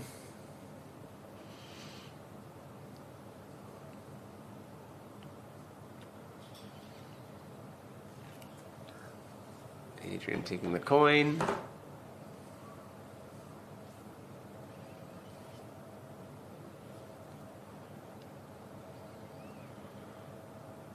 a forceful present to cut. So let's see. Turn 1, we get the blue Blackstone. Yeah, they must not have much time. They're both... And hits a spirit off the top. Wow! So ridiculous.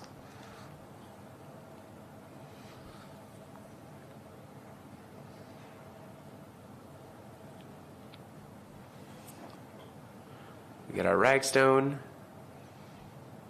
Coin out for... Ooh, the Castle of Belial did come in here. This is a way to generate extra bodies, and it means that every piece of damage is 400 points less. So I actually, a lot harder. Honestly, don't hate that. It's also a flying blocker, which is incredibly relevant, right? It's just a free body every turn. What answers the spirit? It's the Kiki. I think you make a. While he's tapped out, you make a token. Yeah, why not?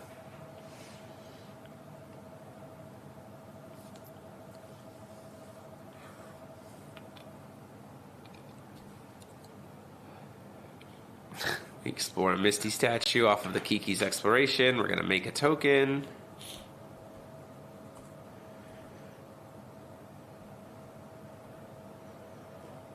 Hits a main phase, gets a flowers and a second spirit. Wow, man.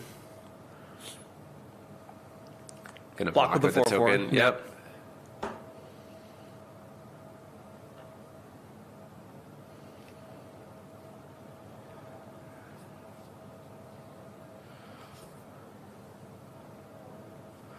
Let's see. Then we're going to Misty statue to flicker the. That means we very clearly have Spirit of the Mirage Ruins in hand, right?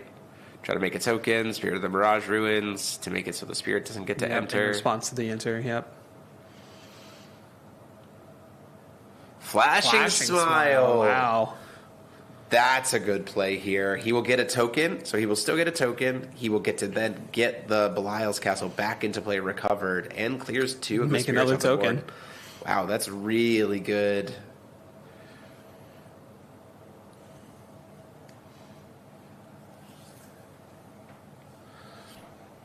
Really, really good turnabout there.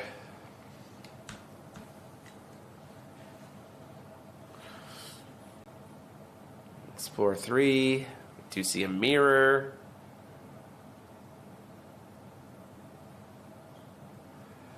Oh, there's the Bacchus. No, that's the it's a proto. Oops. That's the proto Pertopolis. You just search up pro.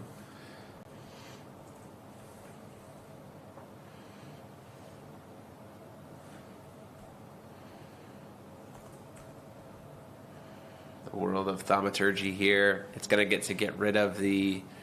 The Castle of Belial. Well, at least, it ate a few cards. Yeah.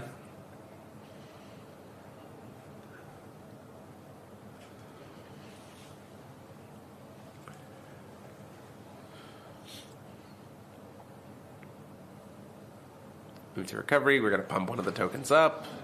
So we're swinging for 10. We get 10 damage represented.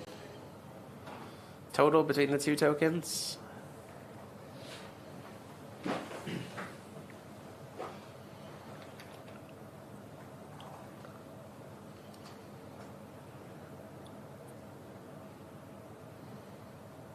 Hits the 3rd spirit. Wow. The unfortunate thing is that all these spirits seem to be getting answered, so you're kind of gassing out right now. Yeah.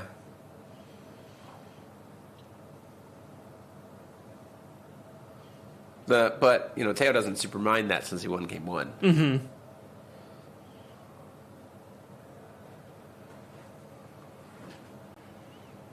He gets to gain some extra life because of Pertopolis.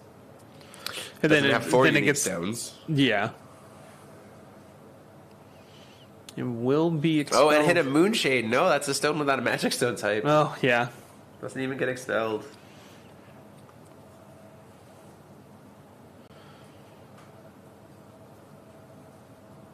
Oh my god. There's all four.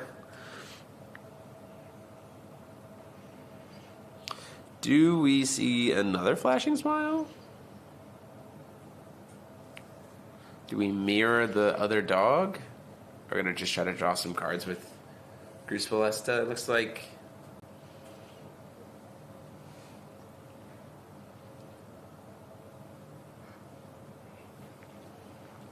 Casting Array here is interesting. I've been trying to figure out why we've been drawing cards off that, and I just remembered the misprint.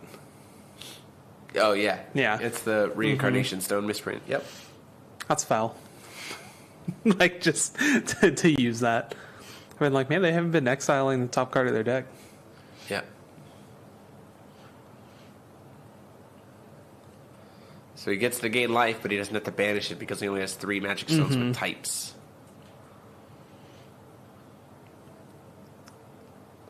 Move to recovery. Recovery, we have a Mikage, Dark Alice here. Go ahead and play the flowers. Just to draw a card and make it so stuff will like lose its attack.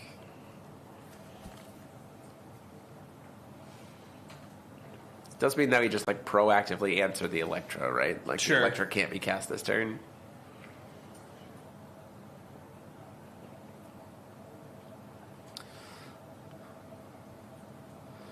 Can potentially take an extra turn though, although it feels unlikely that it's going to resolve. Yeah, not with that many cards in hand. Although we did answer the one of, let's see, Teo's list is playing only 1 total copy of Spirit of the Mirage Ruins in the so that one's so just like gone. we're gonna get to we're going to protect the Almerius by using its tap ability in response to the judgment, so it comes into play tapped. So we can't CJ Muse. Well, that'll stop it. Muse Staring At means that the final stance is going to get removed from the game instead. Now, we can, interestingly enough, I mean, we've already judgmented, but we could always, we're Misty Staggering and Saturing the Rhea in response as it moves to combat. To flicker it? Yeah. So that it'll get RFG'd by Muse Staring At. Yeah. They have 23 minutes left on the clock, so still very playable. But I don't think our Teo is wasting any time here. He is trying to close this game out.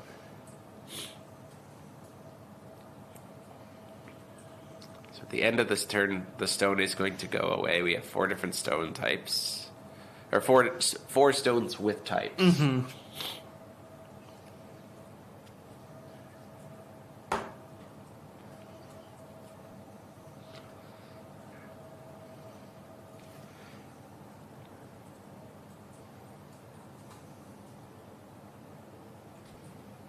Explore 5.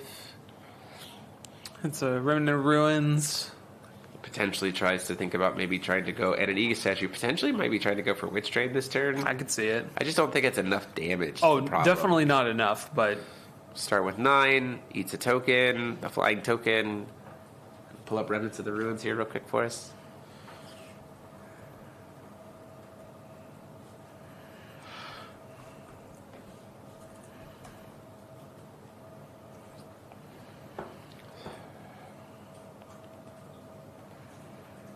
Nope. It's still loading.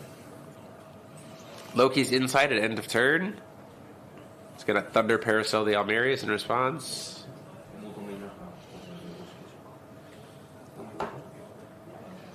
Just trying to maybe see what we're playing into here for RJ. The problem is RJ's life is now well outside of Electra range. Very far. 2 mirrors, a girl staring, his own girl staring at an array Astable. So we are just going to be rushing down with spirits until Adrian gets hit. Getting rid of the girl staring at, not getting rid of either of the mirrors? That's interesting. He was pretty confident he could answer them. Do you take the Kiki to leaves it so you have full hand knowledge? Yes. That apparently gives the choice. Seems right to me. Yeah, I agree. Makes the discard spell more relevant, right? Like that we know what you have, so let's keep us in the position of knowing what you have. Introduce less variance. The issue now is we've got Mirror, we've got Remnants, we've got Ega. Like, we're pretty buffered. And our life total is 7,500. Just going to hard cast the Shiva. Yeah, start eating the spirits. Makes sense. These are the last two spirit? No. Yeah, no, this is it. These are the last two spirits. Yeah. Kind of take away most of your threats here. Now he can... He's doing Remnants of the Ruins for Witch of... Does he play Witch of Square? Pointy Hat. Which with the Pointy Hat would work as well. Because it does deal damage. And it also prevents the automatic because we're at Seal 5. So we get to save the... Yep.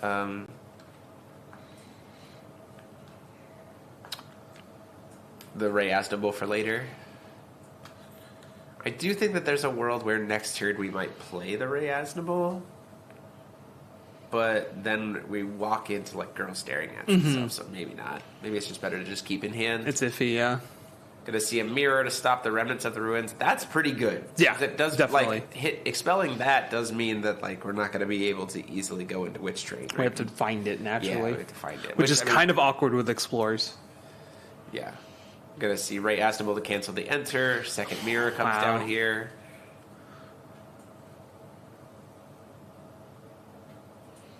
And then Remnants of the Ruins in response to the Mirror, which does stop the Mirror from successfully canceling the activate ability. Right. So now Shiva just gets answered, and we're fully tapped out.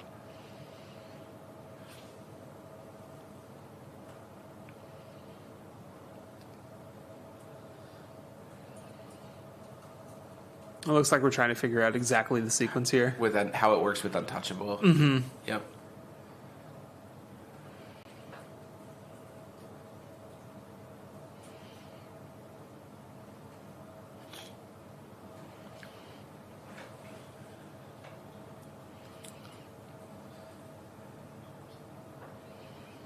So now we just get to see a million cards. There's a Flowers, and there was a Kiki there. We chose not to grab it. Oh, no, we're under Muse staring at it, so you don't want to grab a True. Kiki. You ever just flip Lahen? Do you? I don't know. You got a good amount of value here.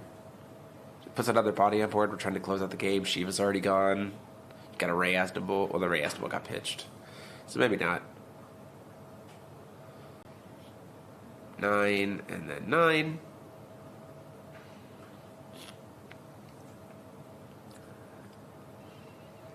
I think you just kind of sit comfortably getting in for 18. Every turn. Just build up the Explore board, right? Mm-hmm. Oof, Wow, double Misty Ega. and Ega. Wow.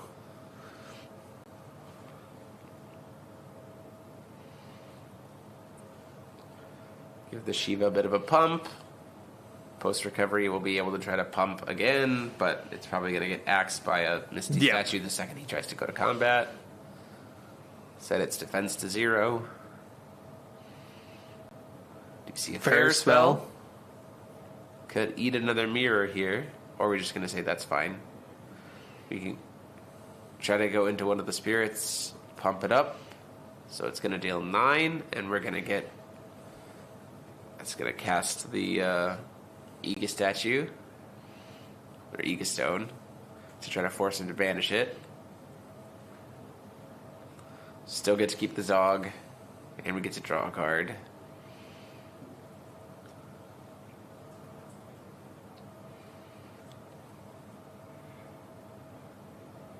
Got a Judgment Gruce Ballesta. That kind of just feels desperate at this point. Yeah, I'm not sure what that does for you exactly, other than just putting a body out there. It is a large body, don't get me wrong, but it doesn't have flying. You're still going to take 18. Yeah. Problem is, RJ has this 7,500 life total. We got to find damage from something, right?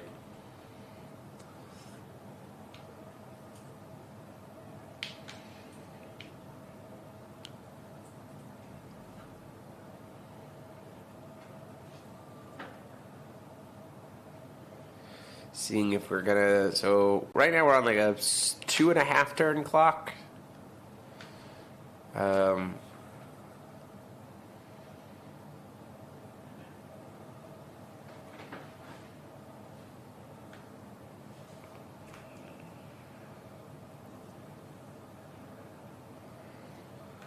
wondering why the Proto is still on there. Should be gone, I think.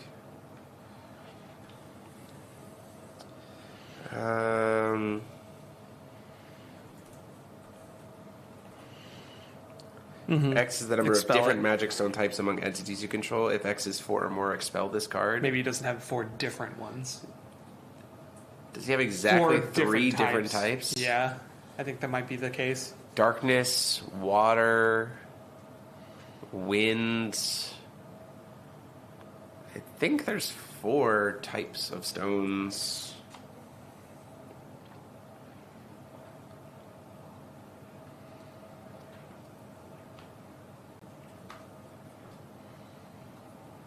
I mean, he hasn't... Yeah, I don't know. If it's exactly 3, I don't... That seems like it's... He has exactly 3 stone types, apparently. Oh, because Crystal Barrel is probably light, so it's probably exactly light, water, darkness. Yeah. Between the 3. Wow. Good stone base. Very... Calculating. It's working out. Crucible Ballista is going to swing. We're going to block with the token that was generated by discarding the girl staring at to the Loki's Insight.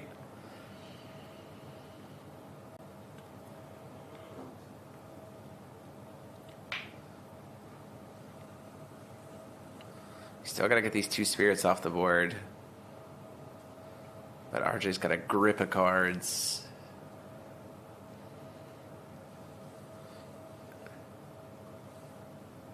Gotta cast the Ega at the end of the turn just to maybe make dudes? Make tokens, draw a card? I mean, with every card that Adrian has in his hands, yeah, we're going to make the tokens to try to finish the game off this next turn.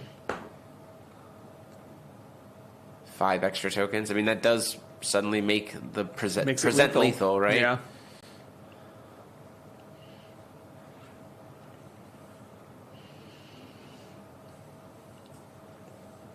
Gonna explore before recovery.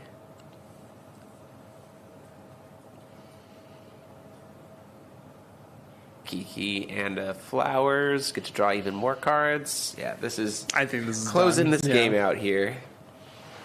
Flashing Smile. If there's a second one, he does play 2. He does. This could be the moment to cast it, right? Certainly has a girl staring at in hand, but...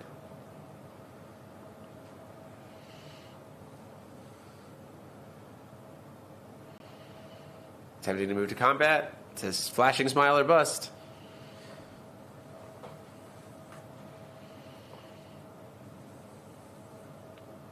There's a girl staring at least. Don't really know. That doesn't really do anything. It does make it so that the Kiki will also die to a Flashing Smile. We're also maybe just trying to draw a card to see if we can find into something. It's not the look of a person who saw what they wanted.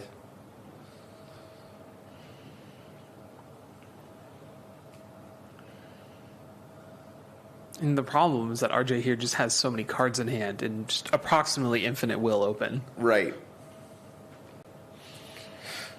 And just extends it and concedes the game. So our finals is going to be Teo on Lehen versus Jean-Paul Klinsworth from Germany on Lehen. So it'll be interesting to see how the 2 Lehen decks differ. Yeah, JBK's list is very different. So it'll be curious to see exactly what that matchup looks like here.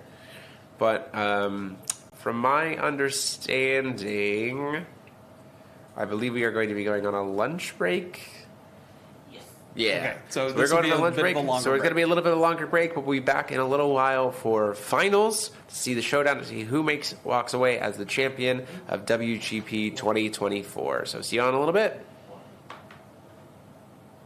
Oh, we're back. We're over here. We're here. You can still see us in a little bit, so we can take a bit of a break. We'll be back after food for finals. See y'all soon.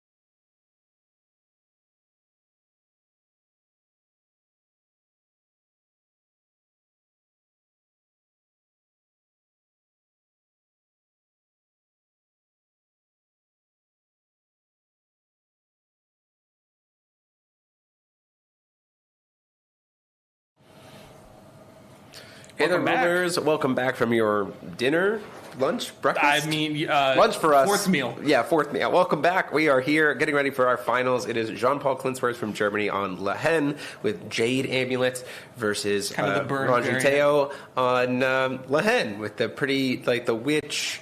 Electra kind of style stuff that we saw in top 4. So winner of this is going to be our grand champion of this year's Worlds, and let's go ahead and jump over to it to see how it goes. So RJ's higher seed does get to choose to go first, which you're definitely going to want to do because you'll get to have one more explorer than your opponent, unless JPK wants to burn his coin to do Kiki's exploration. Congrats to JPK. He top 8'd last year at Worlds, and so now he's back here making it all the way to finals. So congrats. Both of these players will get paid invites to Worlds next year and will get made into cards. Yeah, very exciting. Very, very exciting stuff. And then the Glorious player and other Lehen player are playing for third place to see which one of them also walks away with a paid invite and promo. So let's see how this goes. Looking at the two lists, Jean-Paul is playing, like we saw before, the last movement, Spirit of the Mirage Ruins, which doesn't help too much in this matchup. Water Spirits and an Electra mainboarded. So one Electra, one Witch of the Fallen Kingdom, 2 Sacrificial Altars. And then from there, it's pretty traditional list there. It is playing a main deck Accursed Ice Shards, which could be helpful in the mirror, but also Teo is also playing one of that seemed pretty in the mirror. So we'll see exactly how it goes. They're also playing one Jewel of the Panda King. If you want to pull that card up for me, this has proven to be a very important card for this.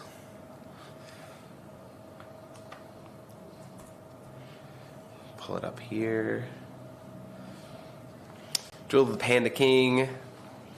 Getting to bounce something back to its owner's hand and draw a card so it can kind of recycle its own Jade Amulets. It can bounce an Electra so you can recast it. It can do all kinds of cool stuff. Replaces itself. It's just a solid card. Yeah, absolutely. It's a 2-drop, which has been proven to be a little bit awkward to deal with. Yeah. Not so much in this matchup, but in general. Yeah, because of no mirror. If your primary form of interaction is mirror, 2-drops are going to be able to resolve, right? Right.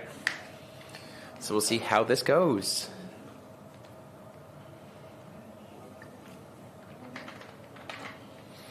Sideboards for these lists also, just in kind of looking at it. JPK is playing 2 Secluded Fox Village, 2 Ultra Magic Stone Golem. Tap a ruler, give something able to have Bane, I believe. 2 Witch of Quenched Fires, 3 Witch of the Fallen Kingdom, 1 Witch with a Pointy Hat, 1 Pumpkin Witch, and 1 Iron Cauldron Witch. Enter, destroy target resonator, total cost 2 or less, rest or recover J ruler, you control target resonator, control gains Bane. So it's a 1-mana ETB edition. You destroy something. Yep. Solid. And then an Iron Cauldron Witch. Can you pull that up for us?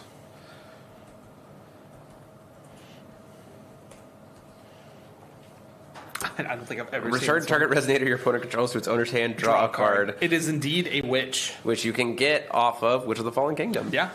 If you burn through the Pumpkin Witch, which kind of seems to be what JPK is trying to do. He's trying to recycle the Fallen Kingdom witches to... And the Pumpkin Witches and everything else. Yep.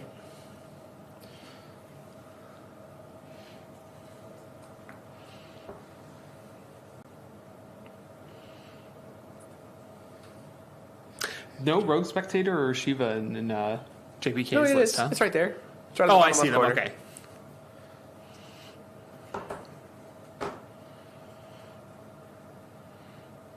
Call for Stone, Moonshade. 90 minutes these guys have to play. Wow. Teo just truly hitting it off the top every time, even after JPK.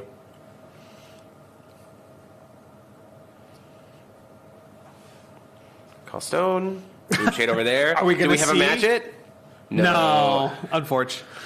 Going to move ahead.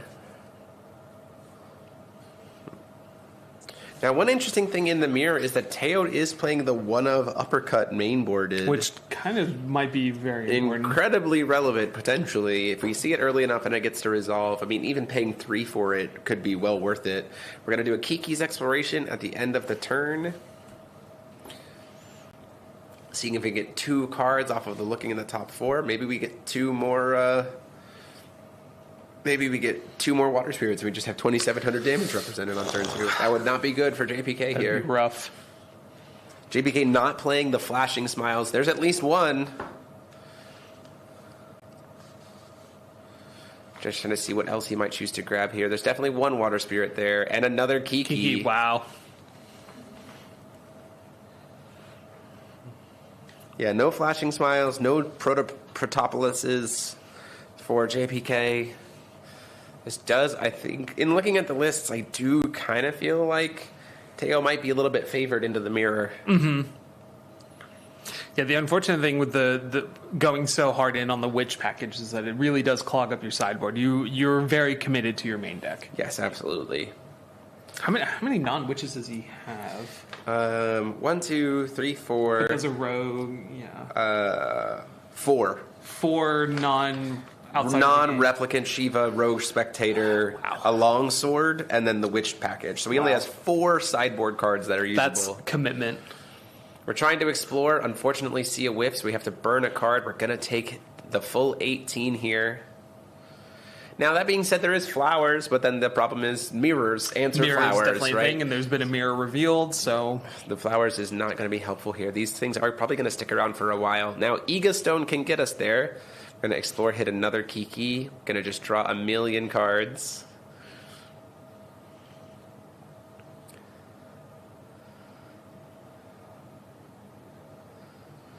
And then with 2 Will open plus mirror available and a handful of cards, we're just going to try to cast a Rogue Spectator just to put something out there. This is not a good spot for JPK to be in. Does get to 4C. Fix the top a little bit. Does wants it on top. Wants it on top. So probably some sort of treasure.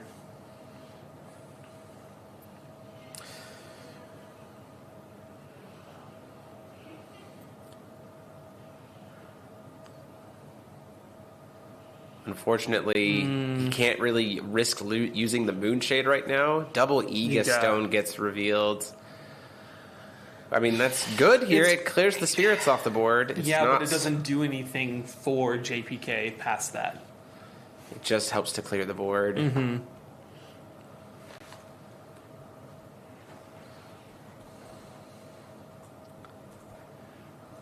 And it does, like, I'll practically tap him out to do so, unfortunately. Mm-hmm. I think that's why he put his head, like, kind of side.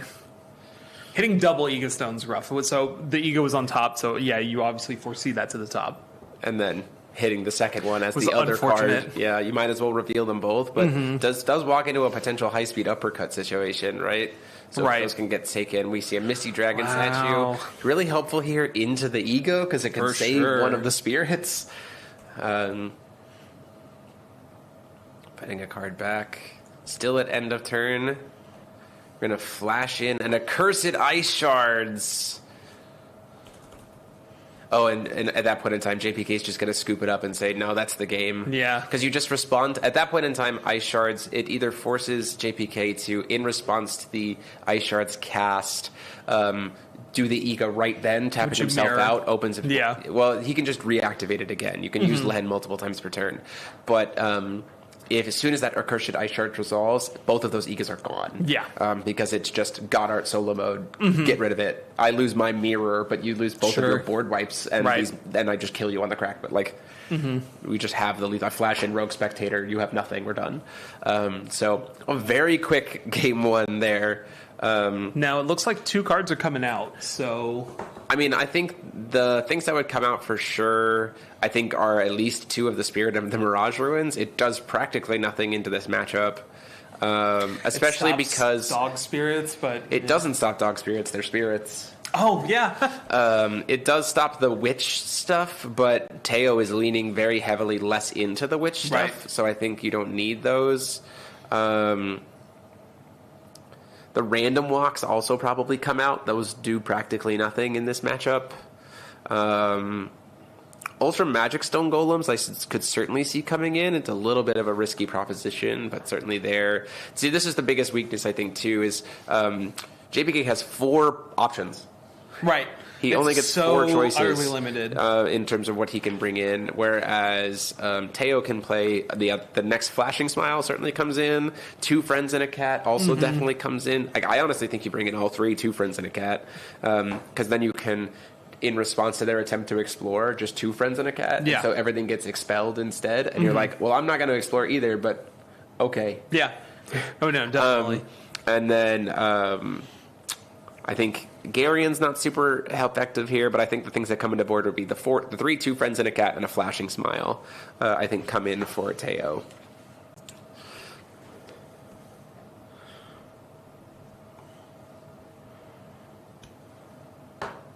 And then we just see if Teo has the run hot of the dog spirits. We'll see if he can do it 4 times in a row. Yeah, back to back to back to back.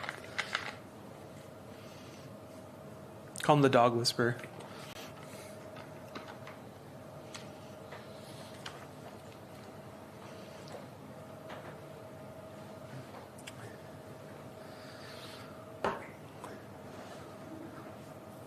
So let's see how it goes. Obviously, JPK choosing to go first this time. Because, again, it makes sense. You want to be able to explore before your opponent can. Unless they, again, want to burn coin for Kiki's exploration.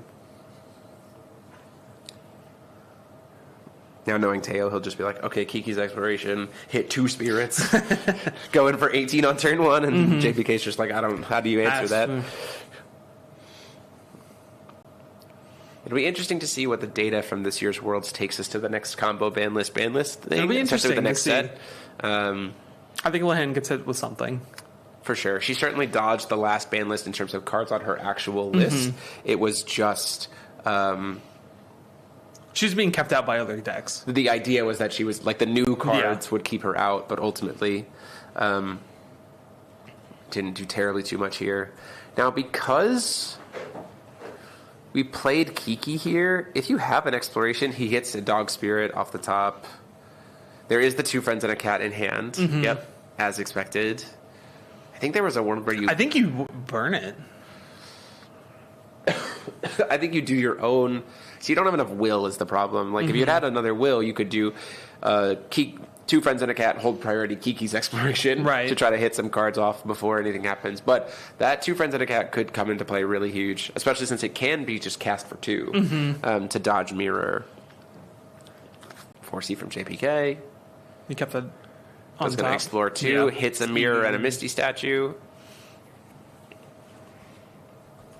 Swings in for 9.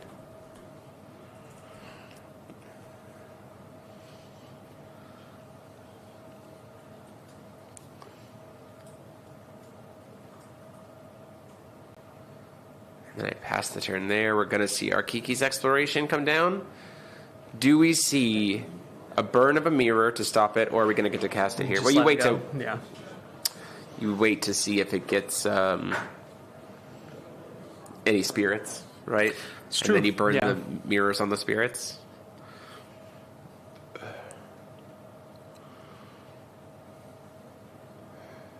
Hits at least 1 spirit there. And his own mirror, so it might be Mirror Spirit. Yep. That makes the most sense to me. Generates some value to start being able to swing back. Potentially baits out JPK's mirror here. Gets us to be kind of trading into a race. JPK a little bit advantaged because Teo has a Moonshade at this point. Yeah, there goes the mirror to answer the spirit, but I think just you're lets fine. It go. Yeah. Might do something still at the end of turn.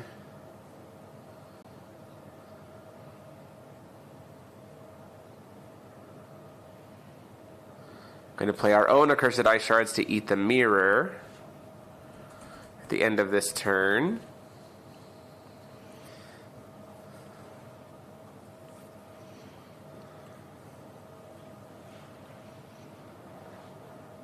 Might be responding to the cast of the Ice Shards coin to try to make it so he can draw and lock himself to main phase, replace the card. That makes a lot of sense for me. You might as well burn the coin to get another card back into your hand, right? Another Moonshade does not feel good there. Going to explore 2.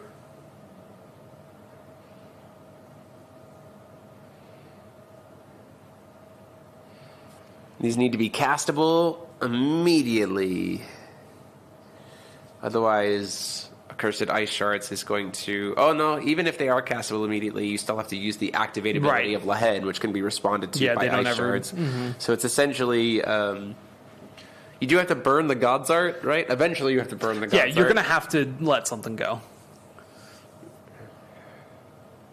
Discard to hand size. There is a Muse staring at. That's pretty good if we can get this one dog off the game, but then it just gets expelled, unfortunately. Because of the Ice Shards. We'll just start ripping things out of the Grieve.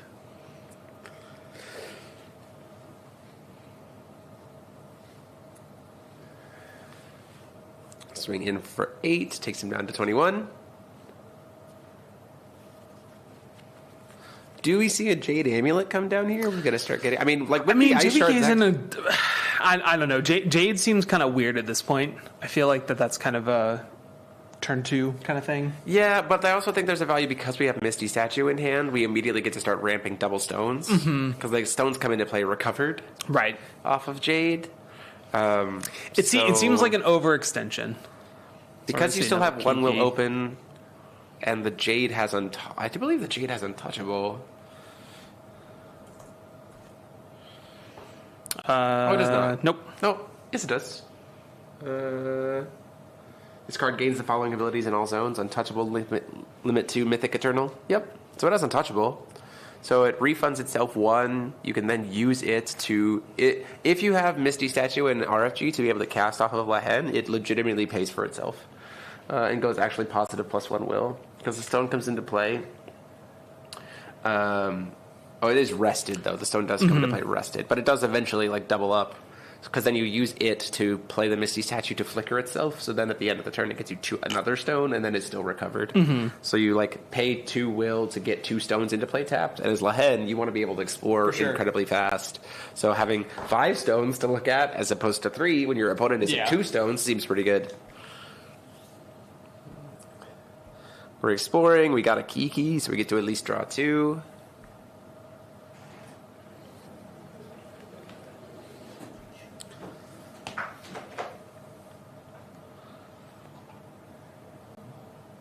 Draw for turn.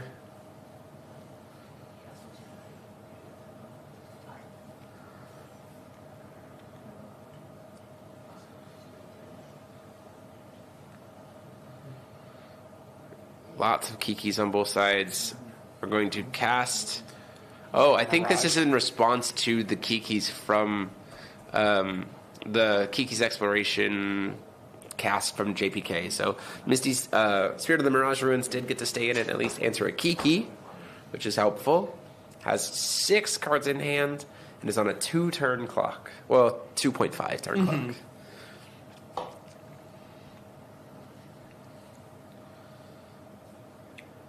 Just going to see a main timing.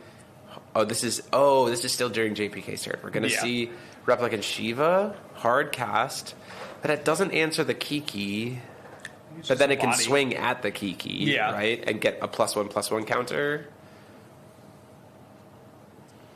Kiki cancel the enter effects of the Shiva. I don't know. It's trying to kill the Muse Spirit, I suppose, with the enter effects.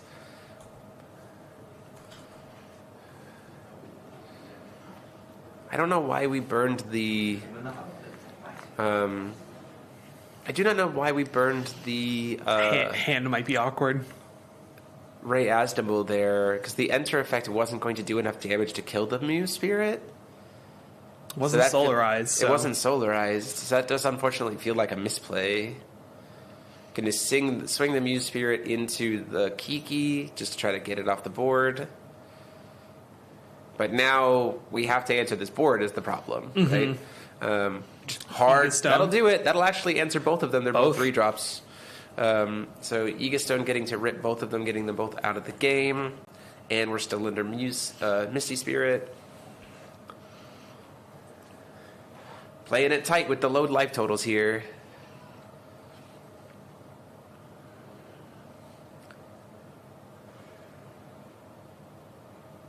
Now we're exploring, now that those are gone.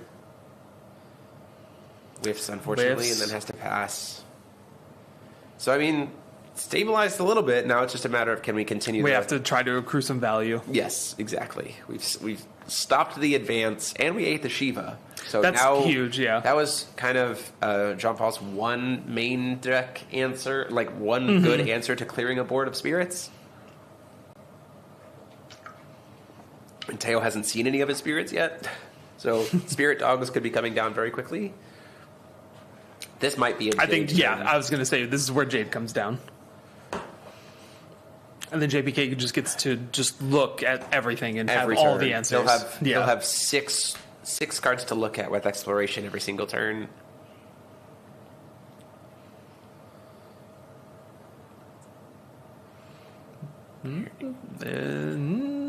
Thinking about what will he wants to leave open. Gonna explore first. So maybe not Jade. No, he wants something to be able to bounce the Jade back to his hand, which is hopeful. Because of statue. Then I'll put it to flicker it, and then, wow, just get rid of the spirit. A hard cast Iga back just to get the spirit off the board. We're going to try to explore. Is it try to get a dog so that we...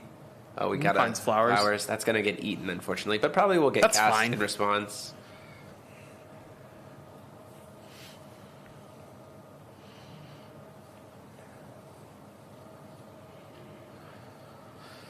Flowers is probably going to get cast here, I imagine. Unless we want to make... I mean, because JPK's not going to burn the God's Art on just one treasure. Mm-hmm. Well, not when he has all those in his... Not when he has the 3 revealed. And he does have a mirror available. Draw. Are we going to see this Ice Shards get used now? Explore 4. Does finally see his first dog spirit. And then just passes the turn over to JPK. They're both just pointing guns at each other. Just be like, all right, who make the first move? The problem here for Jean-Paul is if he overcommits because there's that flowers, it has to be burn God's Art to stop the flowers. Right. Because if it's anything other than the God's Art... 2 friends. 2 friends in response to the Explore. This is good. I don't know why we didn't pay 2 unless we wanted to try to bait out this mirror. But this does mean we are going to lose 4 cards. Yeah. 4 cards get expelled from the game. We have mill deck now. I do think you should have paid 2 for this. Just to dot, because we see there's a mirror in JPK's. Yeah. And you want this card to resolve. Unless there's just a second one in there. I guess you stack. Yeah, because you would have to stack something because JPK doesn't control a Resonator. For what? To pick both? Oh, choose up to 2. Yeah, it is choose up to 2. Okay, so you can still pick one. Yeah, okay. You can pay 2 to pick one mode. Yeah. Yeah, mirror is coming down here to stop it. This is why I'm saying I think it's a little bit of a mistake. It would have been really good to just pay 2. And oh, no, it's automatically cost reduced. Oh, so you have to, yeah. You have to pick 2. So, yeah, I mean, you can stack a card. There's a card from your graveyard, though. Yeah. Because it doesn't... Oh, it's control on target Resonator you control. You control a Resonator. Yeah. Second 2 friends and a cat in response to burning the mirror. And now we can have flowers as well, potentially gets cast here. Another mirror. Third 2 friends and a cat. He does play 3. He does that. Oh. Going to try to cast flowers.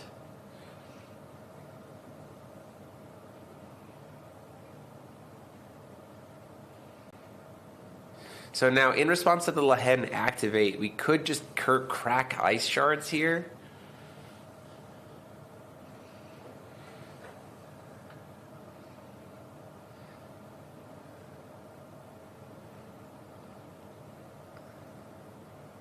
But choosing not to... Yeah, why did we not cast flowers? I'm going to find out. Maybe he accidentally let a mirror resolve?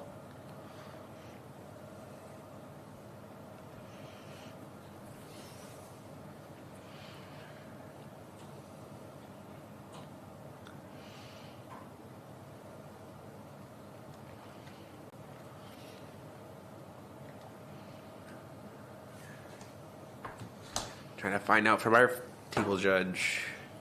Ice Shards is going to be tapped to try to target it. When you cast it now...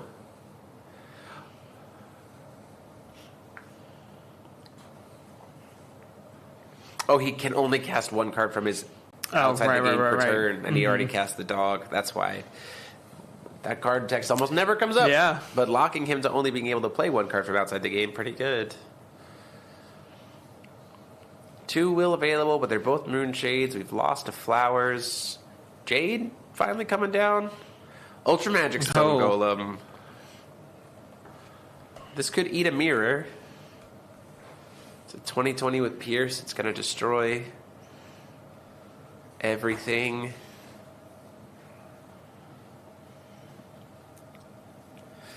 It's a very large body. Misty Statue does immediately answer it, of course, but... Not before it wipes the board. Not before it wipes the board. Well, actually no, it would. Yeah, it would set its attack to 0. No, it sets its defense to 0, not its attack. So it would still be a 2,000 2000. 0. Yeah. So we lose our Spirit Dog.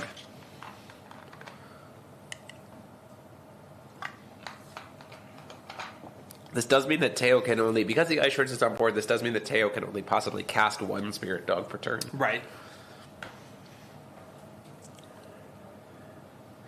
Pull up Ice Shards for me, though, real quick.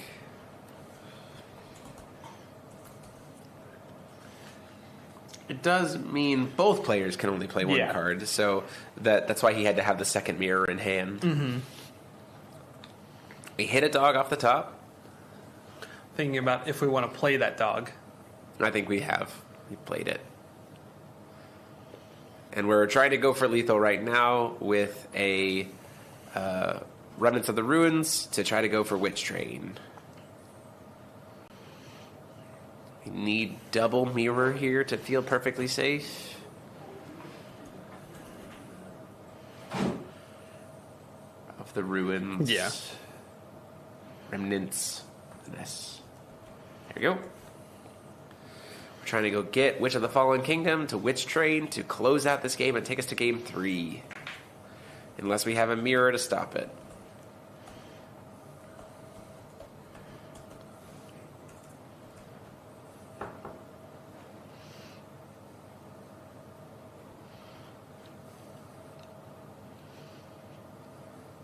Girls staring at in response to the cast, the enter effect of the Witch of the Fallen Kingdom. So now every other witch will come into play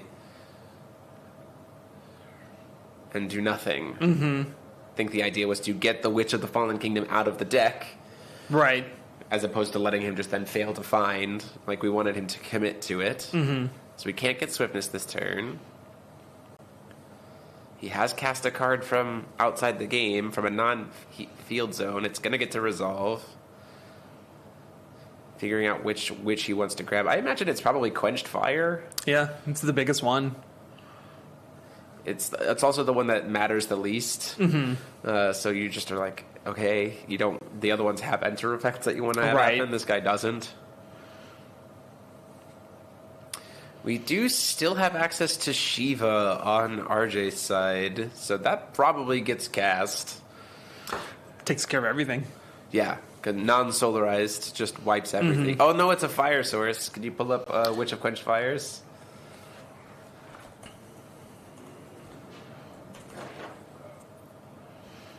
Prevent all damage dealt Chant by. or abilities. Yeah. So it can't even actually burn the board because of the Quenched Fires. Because of Shiva, it's Shiva doing the damage.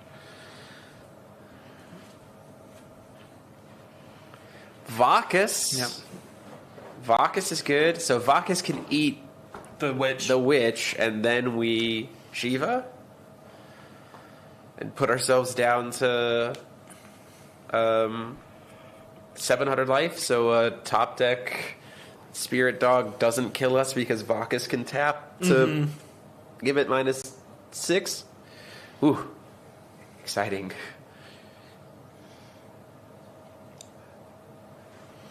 It would be the wildest time. Summon the Charger of War, targeting Golem. Yeah. Here's a 20 ball.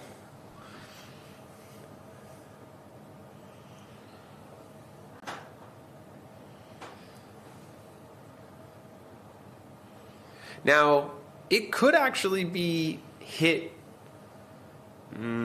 It can't be hit Witch of the Fallen Kingdom because he'll just bounce it back to his hand and then he can recast it next turn. Right. Because he can use the Jade. So it's got to be hit the...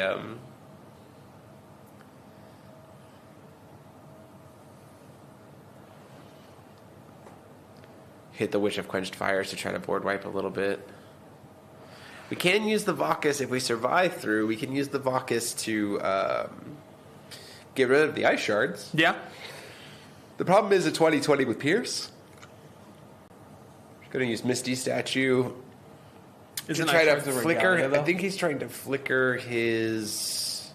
They can hit a Regalia. You want to pull up Vacus? I don't think Vacus can hit Regalia because we came up with that with Mask. Oh, no, it's Barrier Resonator. Barrier Resonator, right. Misty Statue to try to flicker the... Looks like the Golem. Misty Statue gets mirrored.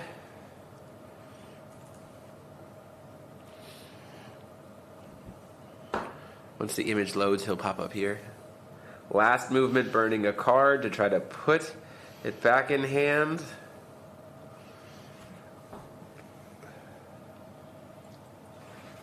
Oh, we're trying to use God's Art right now, I think.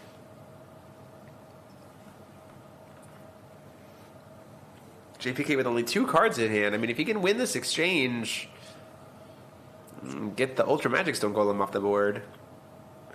There's a potential here.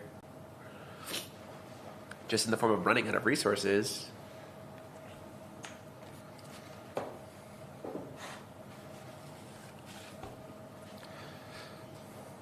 So we do get the Ice Shards back to hand successfully. What was... So Vacus was specifically trying to target. Mm-hmm. It was trying to hit the Ice Shards with the which is why we're effect. trying to bounce it. We still have to answer this board, though. We have Flashing Smile in hand with 1,000,000 cards. Is that it? And then we give a stat neg with Vacus, so it's enough to kill the Ultra Magic Stone Golem. We had our own Remnants of the Ruins. Certainly not enough for lethal, though. Mm-mm.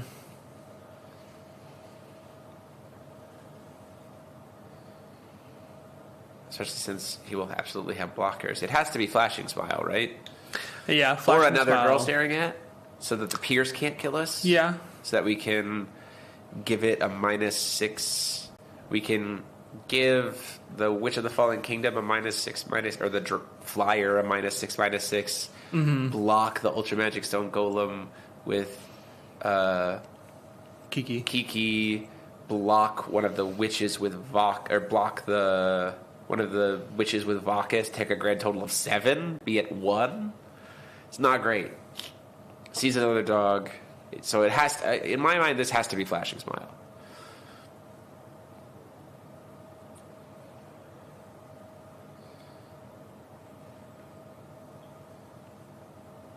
Remnants of the Ruins when it's get revealed, so those witches are now outside the game. Mm-hmm.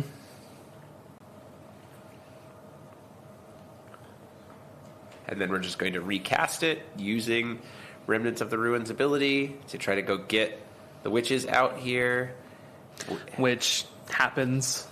So it has to put the Vacus back in hand, and he'll get to draw a card. Witch of the Cauldron, it came up.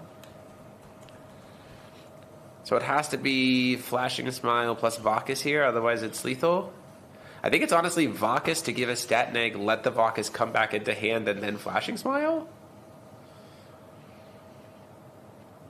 It seems interesting that JPK went for every witch.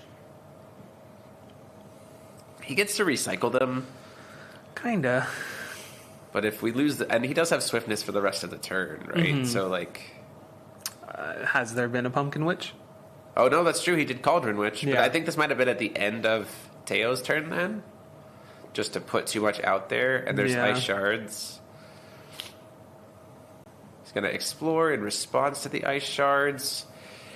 Hitting Aegis-Stone doesn't help here because the Ultra Magic Stone Golem, which is another reason why the Ultra Magic Stone was good there. It doesn't hit what it needs, just hits and scoops it up.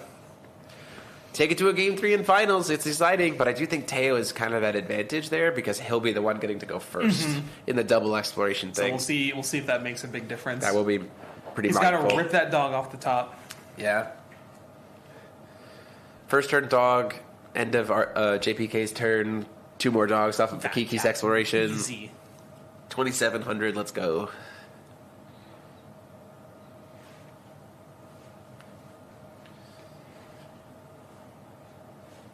Going back into the boards here, I mean, they both don't have very much of a sideboard, so like nothing changes. I think they kind of just look arguably, maybe Teo brings in the Garians for just more interaction into the 1-drops, because JPK is more reliant on 1-drops, right? Remnants of the Ruins, recasting a Black Witch, stuff like that. But other than that, I think it's just run it and see what comes out on top.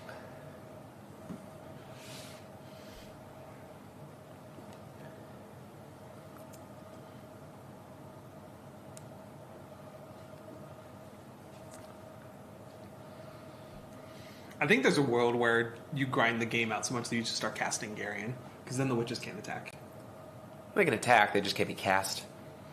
I thought Garian stops the attacks. No, he cannot cast 1-drops while Garian's out on the field. But I mean, stopping your opponent from being able to cast 1-drops in a matchup like this seems pretty good, although... Ega Stone. True. That is one of the nice things about the Ultra Magic Stone Golem in this matchup too, is that it's like an 8-drop. It eats. Yeah, it's a 9-drop. So 9-drop, it eats the Ega Stones, right?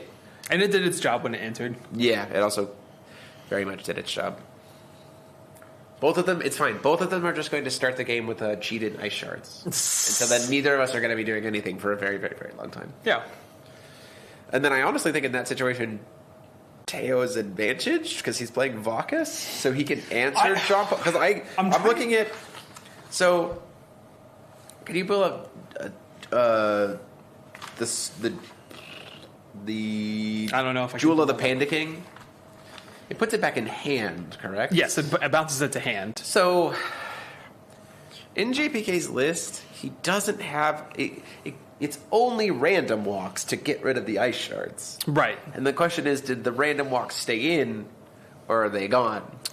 It's possible. Because if they're gone, and Teo gets ice shards out, that ice shard sits there until he wants it gone. Mm-hmm. Right? Now, it does slow him down, because he can only cast 1 per turn. Well, it's the punch you know. Yeah, it's like exactly. you can brace for it. Yeah, for sure. So we'll see how this plays out. We could run this game 3-5 times and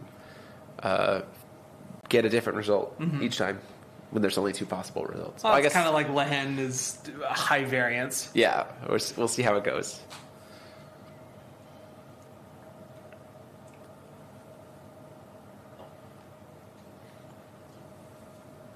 So let's see how this turns out.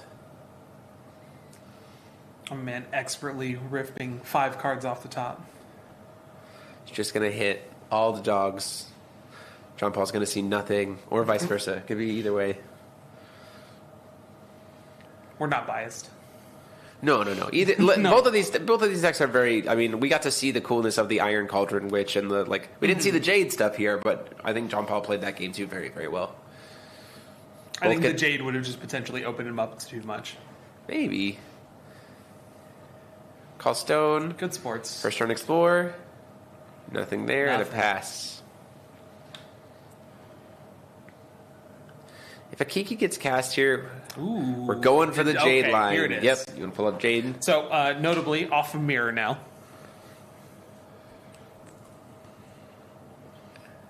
So ramp a Stone into play. He can use this to Misty Dragon statue. And then if he uses it, we're going to use it for a Kiki's Exploration. So now he gets to take 2 cards from his hand, put 1 on back, guarantees himself one of these 2 as an Explorer, but because it's turn 1, he could potentially see 2 cards off of this Exploration. And Explore 2. See another Kiki.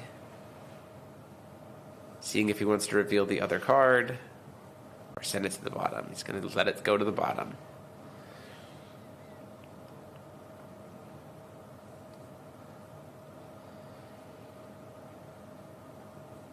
Then a pass. Gonna see a Kiki's Exploration come down from this side. Yep, see if we can get 2 cards. Now if we hit 2 dogs. Off to the races. We're in it. Greyhounds. That point in time, JPK's only interaction is last movement, burning 3 cards. That's rough. Pun intended. Dog humor. Mm-hmm. Gets at least one. Ooh, Does he see another one? What other card are we grabbing here? Nothing, unfortunately. But we still have the one. Gonna explore here on this side. His own! So now neither of them are gonna do damage to each other. Unless there's a Vacus. Or Vacus, yeah.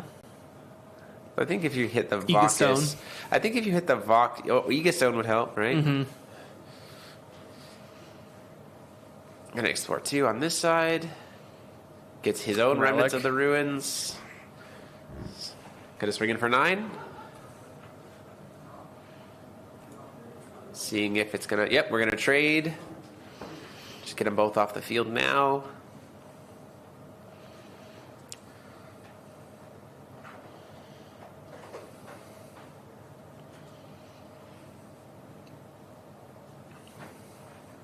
Paying 1, 2.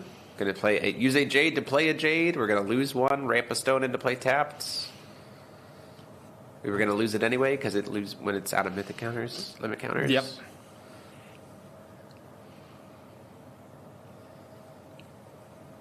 Now we get to explore 4. Hits Remnants of the Ruins and another Kiki. Wow.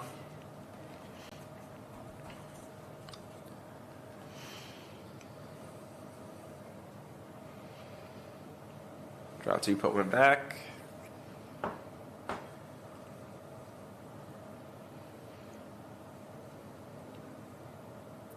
Fortunately, it looks like Teo just not seeing much of his sideboard stuff here. And John Paul's seeing the acceleration, which in this matchup could mean everything. Mm-hmm. Getting more, being ahead of your opponent's stones. And is Teo's huge. Not really hitting anything off his explorers. Yeah, that's the other problem, too. Oh, well. Never mind. We're going to respond to the explorer with our own. Once again, seeing a dog to stop the dog. Looks like maybe 2, actually. This is before recovery, though, so if you're risky here and you cast more than 1, it does look like he's casting the 4th Kiki. Wow.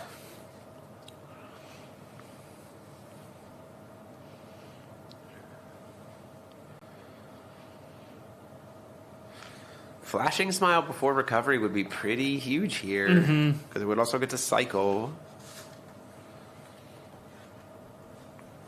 And there's, 2, potentially? Yeah, two in the list. So, and a 3rd in the board, which probably came in.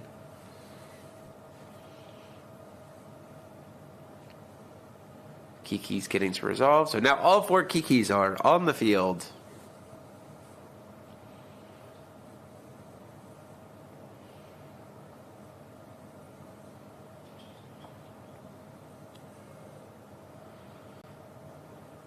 We are in a position where, based on some hits, we might see Witch Trade next turn, but Teo still has a lot of life. I think Witch Trade feels fine right here. Well, this is still at the end of JPK's turn, I think, that this Spirit is coming down.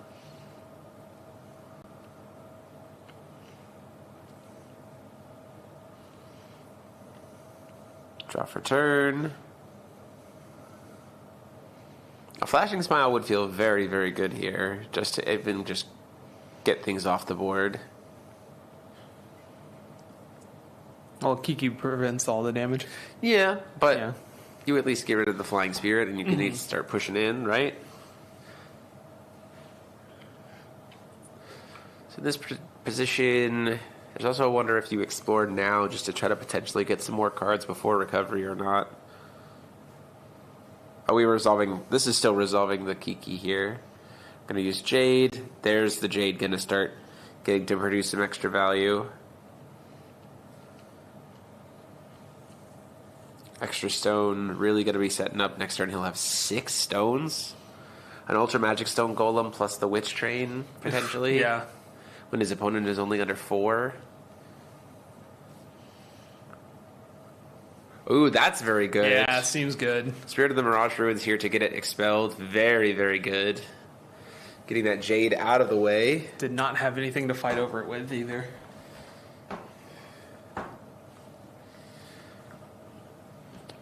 Trying to track whose turn we are in at this point in time. I think we're in JPK's main phase trying to go to end phase.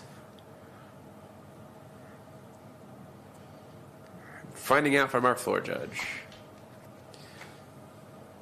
There's the Ega Stone on JPK side. Jean-Paul.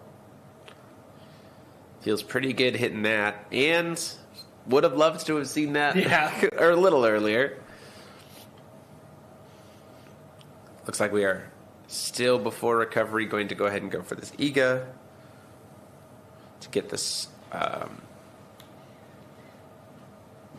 Spirit Dog off the field. Do we have an Ice Shards? Now would be the time to cast it. It would feel pretty good because we could get rid of both the remnants of the ruins and we'd get rid of the remnants of the ruins. We'd get rid of the Jewel of the Panda King, and we would lock JPK to not being able to play anything from outside the game this turn. So that feels like it would be pretty good. Unfortunately, the Spirit of the Mirage Ruins is probably going to get killed this turn. I'm kind of curious if Teo took them out. Maybe. Because we haven't seen them at all. That's true. He's maining one, siding one. So... Oh, he's only just maining the one. So you weren't going to see it very often. Mm-hmm. So but it can be helpful in the mirror. It won him the game one.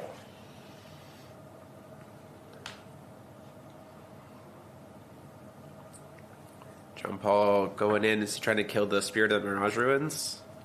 Or is he trying to go face? Looks like he would explore. Seeing if we could maybe find our own Spirit Dog to try to block. We do see flowers. The flowers will be helpful here to save his Spirit of the Mirage Ruins. We're going to try to cast it for the mode to make it so stuff that has defense equal to or less than its attack. Defense equal to or less than its attack becomes 0, makes their attack 0 until the end of the turn. So now the Spirit Dog won't be able to kill the Spirit of the Mirage Ruins. Do we see a mirror from Jean-Paul here? We haven't seen one yet. Neither player using any mirror. There's our first mirror. Mm-hmm.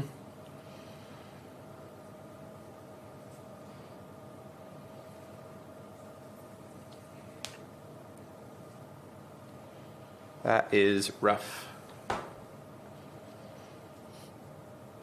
It's just 4 Kikis on the board looks so intimidating. And then just doing absolutely 0 nothing. attack. If he was playing Institutes, the Kikis do suddenly get very scary. Massive. And to see Misty Statue just to flicker the dog, just to try to... saving it the does statue, get expelled. It won't get expelled. It's a spirit. It comes to the True. But it does mean that, like, while this thing's on field, JPK can't witch. Right. So that's why we're doing this, right? We're trying to save our witch.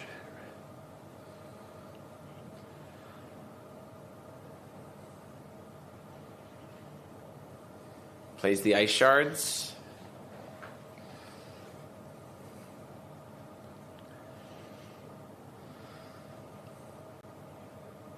Dog gets to come back, and we go into Teo's turn. Vakas would be really good here. Vakas would be huge. Get the Ice Shards off the board.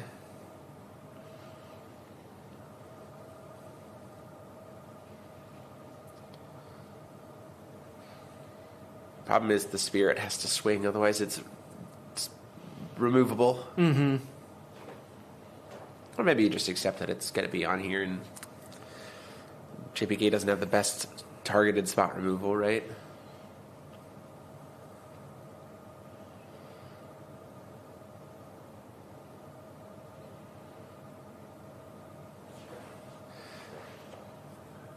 And you're in Ice Shards. No Two Friends and a Cat either this game, unfortunately. Yeah. Probably digging for him. I think back to if we had paid 2 for the Two Friends and a Cat earlier on game 2, if that would have made a huge difference. Just to stack a card underneath his Spirit Dog.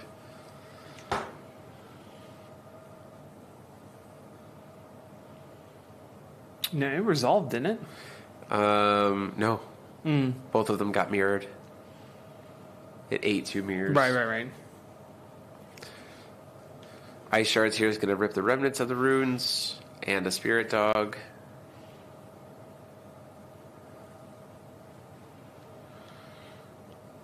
World is kind of JPK's oyster at this point. Problem is, he does have to find a way to get rid of the Spirit of the Mirage Ruins to be able to really push. It does anything. really floodgate him right here. Yeah. It's already on field, and he doesn't have the best spot removal, and most of his spot removal is just bounce back to hand where it can get recast. Or Stone, but because of the Kiki's out here. They would both go. Yeah. Takes the 9. Or that, yeah. John Paul is also currently locked to 1 card from outside the game right. per turn.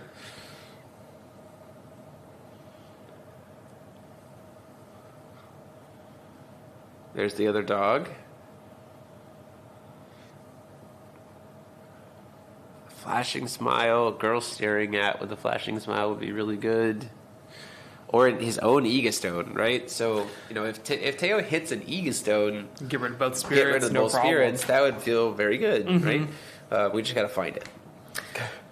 The biggest issue, though, is the Ice Shards here, because in response to the Lehen activate ability, JPK could just choose to God's Art. Right. Doing so, however, Sphinx!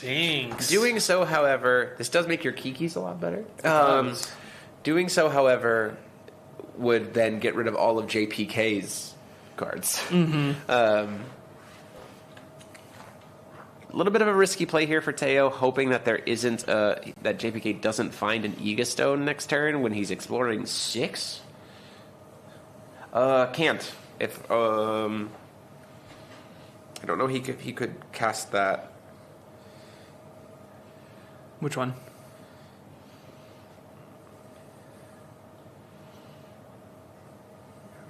He already cast this dog this turn.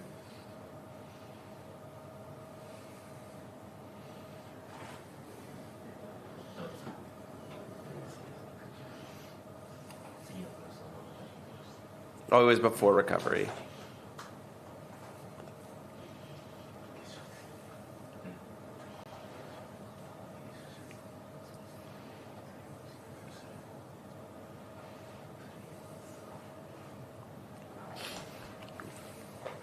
It seems like it was cast, maybe Teo cast it during his turn, or sequencing there. Again, we can't hear. That's a little bit of a downside, right? Of where we are in the booth. We tried the Sphinx. Unfortunately, Jewel of the Pan to the King did its work, and it's a 2-drop, so it would bounce the Sphinx. Yeah, it was cast at upkeep of Teo's turn for the Jewel of the Panda King. We did eat the Jewel, though, so now we kind of have a free turn. I mean, that's nice. That is his 1 card from outside the game for the turn, so Teo does kind of get a bit of a free turn. Who knows what he has in hand, though? Yeah, we do have to get something. Casts his own. Oh, a little bit of an unfortunate thing. Chose his 1 card of the turn to be Kiki, but it gets hit by his own Spirit of the Mirage Ruins. So doesn't even get to cast it. And that is his 1 cast per turn now, so it's just going to have to be a pass. We're really hoping on 2-drop Light Chance for Teo right now.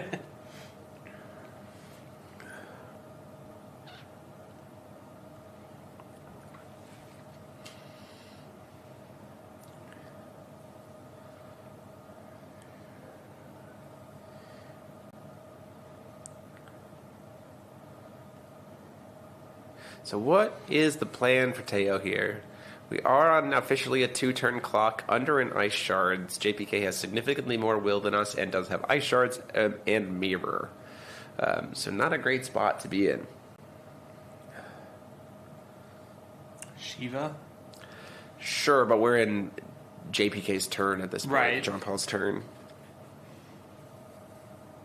Random walks the Spirit. It does have... I mean, this signals to me that John Paul is trying to end the game this next turn.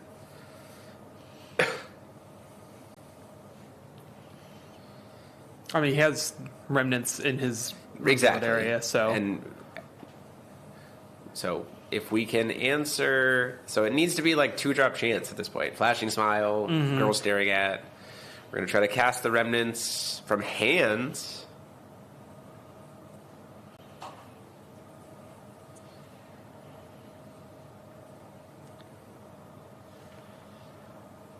It's going to get to resolve.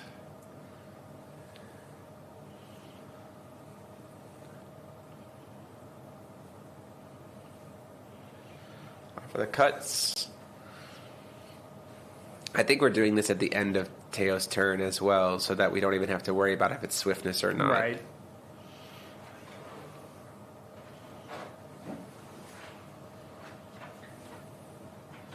I'm going to grab Pumpkin. Oh, it is Pumpkin Witch before recovery to give us swiftness. I think that's it.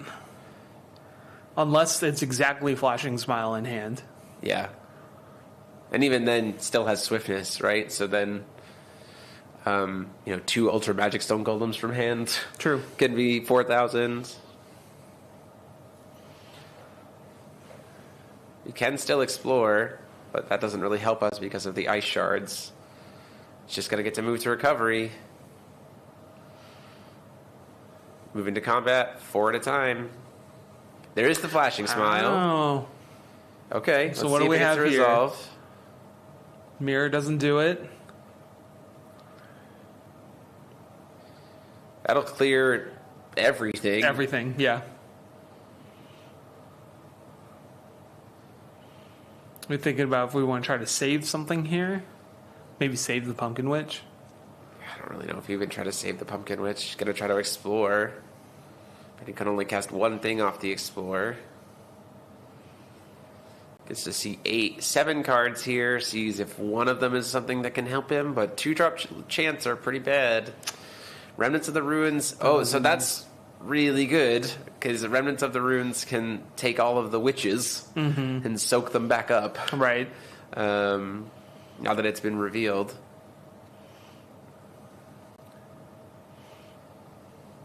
Might respond to the activate ability though.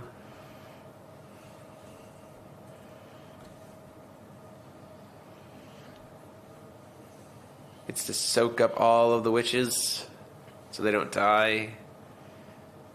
Though that does mean that even recasting them doesn't get us anywhere. And he's also going to use last movement to bounce. Oh, he's using last movement to bounce one of the witches back to his hand. So that he can recast it from hand. And then does it work to get the witches off of the other remnants of the... how does that work?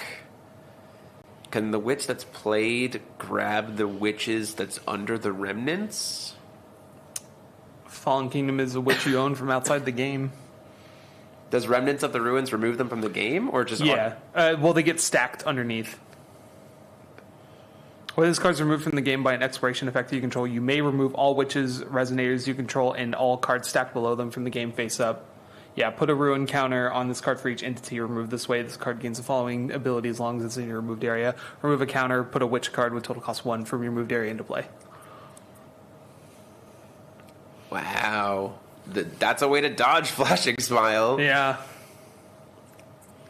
Oh, no. Uppercut. This is where it happens. Just... Oh, no. Apparently, yeah, the witches are over under the remnants. The Flashing Smile has resolved. So he gets to put 1 witch into play per turn. Draw off the Flashing Smile, everything dies. Everything still has swiftness, and we are in JPK's main phase. Kiki's get in. Plays Institute out of nowhere, right? Game lost, illegal deck.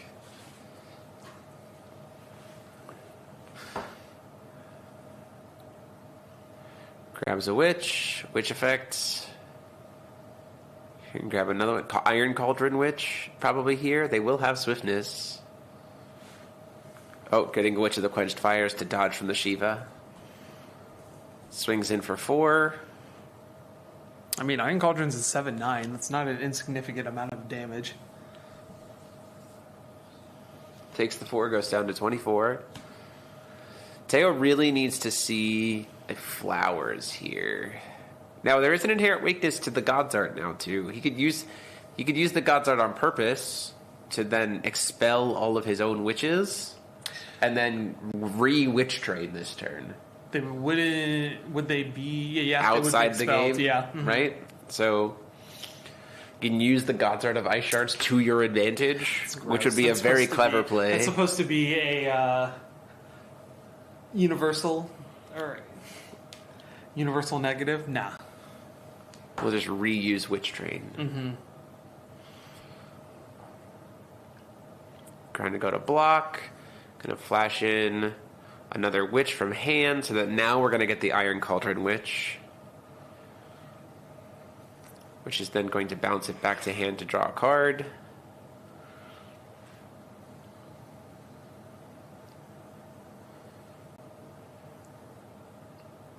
So 4, 8, 12, 19 represented in terms of damage. The key, and they're all flying, so the Kiki can't help here. Could then just play Shiva. Doesn't have the will for it, though. Doesn't have the... No, it does have the will for Shiva. So... is exactly lethal because she also has a Rogue Spectator that has swiftness this turn. Mm-hmm. High-speed uppercut, paying 3. Ooh. Targeting the... It will kill the Fire Witch and every other witch that shares the race of total cost 2 or less. Or no, it might be every other Resonator that shares the race, I think. So it'll kill all of the witches. Yes. Yeah, destroy so targeted 2 less. So it'll kill the Fire Witch, trying to bounce it back to hand with last movement by pitching the last card. That is going to seal the game, unfortunately. Fire Witch gets bounced back to hand. We don't destroy anything. And then it fizzles. And then at that point in time, we just swing with everything in the air, cast Rogue Spectator, cast Shiva, and it's gone. I guess the question is, do we still get to destroy all the other witches? Because last known information. But that is going to be the game. It does say destroy target resonator total cost 2 or less, and each resonator that shares a race with the chosen target. But the target's gone at resolution. But it's already been chosen. I don't know. Yeah. Oh yeah, I guess maybe it still does. This will be a matter of ruling. It does get to gain 200 life. Not that that super matters. Huge. Seems like it has been ruled that they do not get to come into play. It does not get to destroy the other witches. But it is enough, especially since you can also just... we're just going to cast an Electra. And just really close it, I guess. Yeah, that will be the game, unfortunately. And congratulations to John Paul Glinsworth winning Worlds after getting top 8 last year with Ainz, running it back this year, playing Lehen, becoming your grand champion for 2024. And well shown by Teo as well.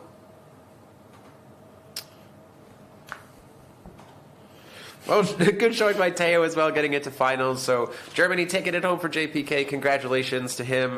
We'll look forward to seeing what card he chooses as well as Teo. Yeah, that's always the most exciting part. And then we're going to see who wins in the third place match as well. So that is going to be it for us. Thank you all so much for joining us, at least from the two of us idiots. We're here. We've been super happy to have you and hope you guys have enjoyed the content and the commentary and the matches. They've been very fun to watch. Looking forward to seeing what next format brings to us. And there'll be more info to come soon as well. But that's it for us. Those of you watching live, Rio will have an announcement after all the matches have been decided. Yep. So we'll see that soon. And thank you all so much and see you next year.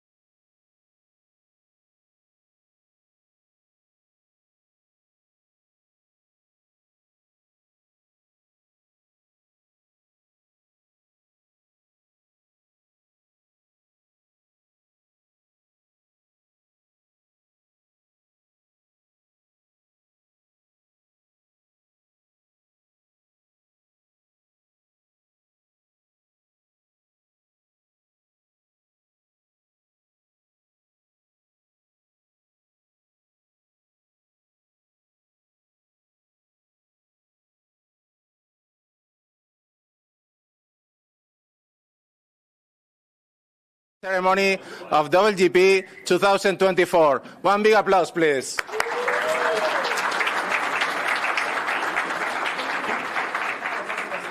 Now we're going to announce the top 4 players of this World GP. Starting with top 4 from Spain, Alberto Berenguel. Come here.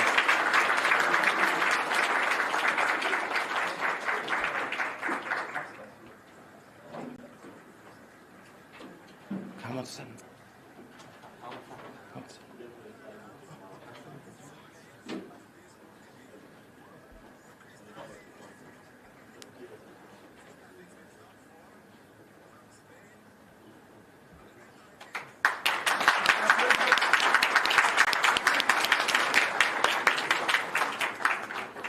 Now, in top 3, from Spain, Adrián Poncecano.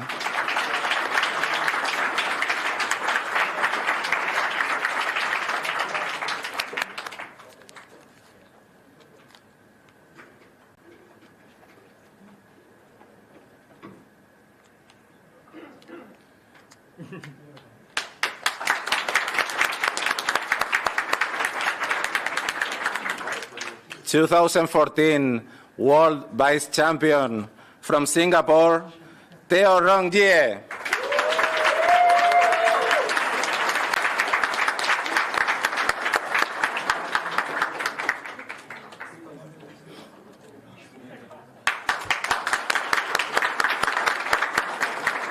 And finally,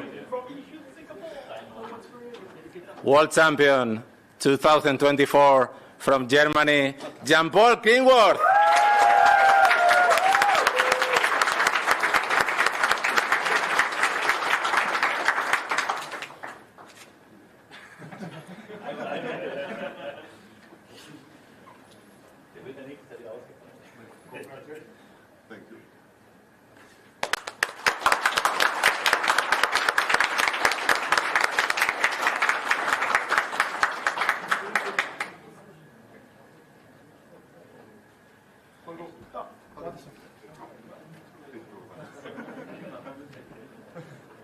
And now we have a few announcements. So, Ria-san, please. Okay, so where is my script? Where is it? There you go. Okay. All right. Have you had a blast? Yay! Okay, so we're happy we could make the WGP happen this year. And as you might already know, we have a lot of new information to show. But first of all, let me shout out to Alejandro, who is now part of us, our staff, and he's helping us develop the cards now. Hey.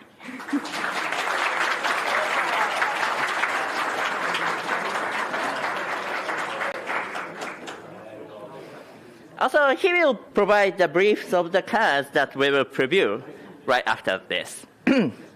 Okay, without further ado, let's watch the first 2 of the new ruler introductions. Yes, you gotta say. So, you finally deigned to appear. My daughter, a minor inconvenience, I'm sure, must have kept you occupied. So, you finally deigned to appear. My daughter, a minor inconvenience, I'm sure, must have kept you occupied. But now you're here. Relax. You're in my presence. Still trembling? I said, relax. Welcome to my kingdom. You've heard of it, haven't you? Good. Then you understand exactly what we seek here, don't you? It's not force of will. No, force of will is a fleeting fantasy. What this nation demands is absolute, brute, unrelenting power. Strength that doesn't waver, doesn't falter.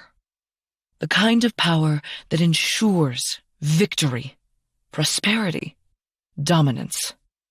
Anything less is weakness. And weakness has no place here. That's why this kingdom thrives. Now, as for you, emissary of Hanada, tell me, what could you possibly offer that's worth my time?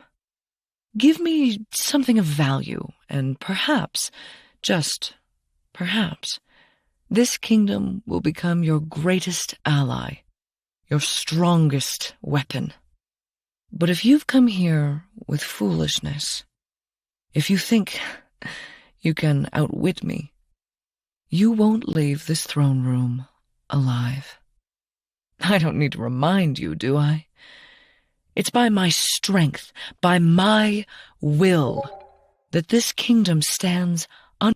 Now, let's see what you have to offer. Interesting.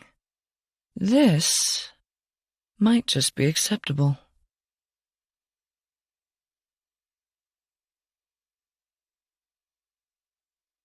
The Queen of Kingdom of the Light Palace, Giotto Sansta, loves art almost as much as she loves having everything under control. Tired of waiting her daughter, Alex Sansta, to return and, under enemy attack, the Queen has allied herself with a dark power from another dimension, Gil Lapis. Thanks to the Conqueror's magic, the Queen controls the timeless eclipse, plunging Petopatopolis into an eternal darkness. This is reflected in her new keyword ability, Eclipse. Eclipse means this card gains the following text in all zones as long as there are 13 face-down cards in your opponent's removed area. Each card in Queen Giotto Sansta's support increases the opponent's removed area. The Queen's own continuous ability sends all cards that will be put into the opponent's graveyard or removal area to their removed area, but face down, accelerating the power of the Eclipse. In addition, the Queen's army introduces tanks, regalia, that become resonators to attack. This is reflected in the updated Mobilize keyword ability and the new frame for these kind of cards. Rest a recovered, type or race you control, this card becomes a resonator until end of turn. It is still a regalia. This new way of using Mobilize will only appear in regalia cards, but this won't be the last time we will see in the new cards. Giotto Sansta will benefit from the help of Gil Lapis upon his arrival in Protopatopolis, in a set in the very near future. Her special mechanic also allows her to defeat her opponent by deck out, a unique victory condition in Force of Will. While awaiting Gil Lapis's arrival, help Giotto Sansta conquer this world for herself, or try to confront her and submit to the power of the Eclipse.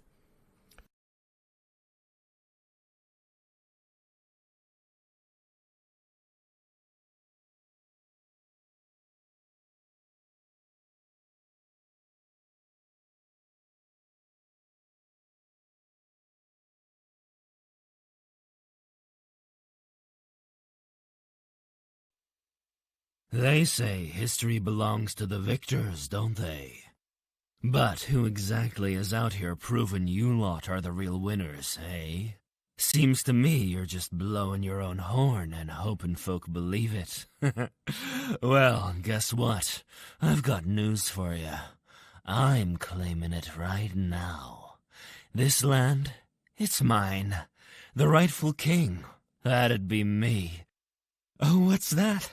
I don't look like a king to you? Not fancy enough for you? Let me spell it out. I've got it all. Throne, people, treasure. You name it, I've got it.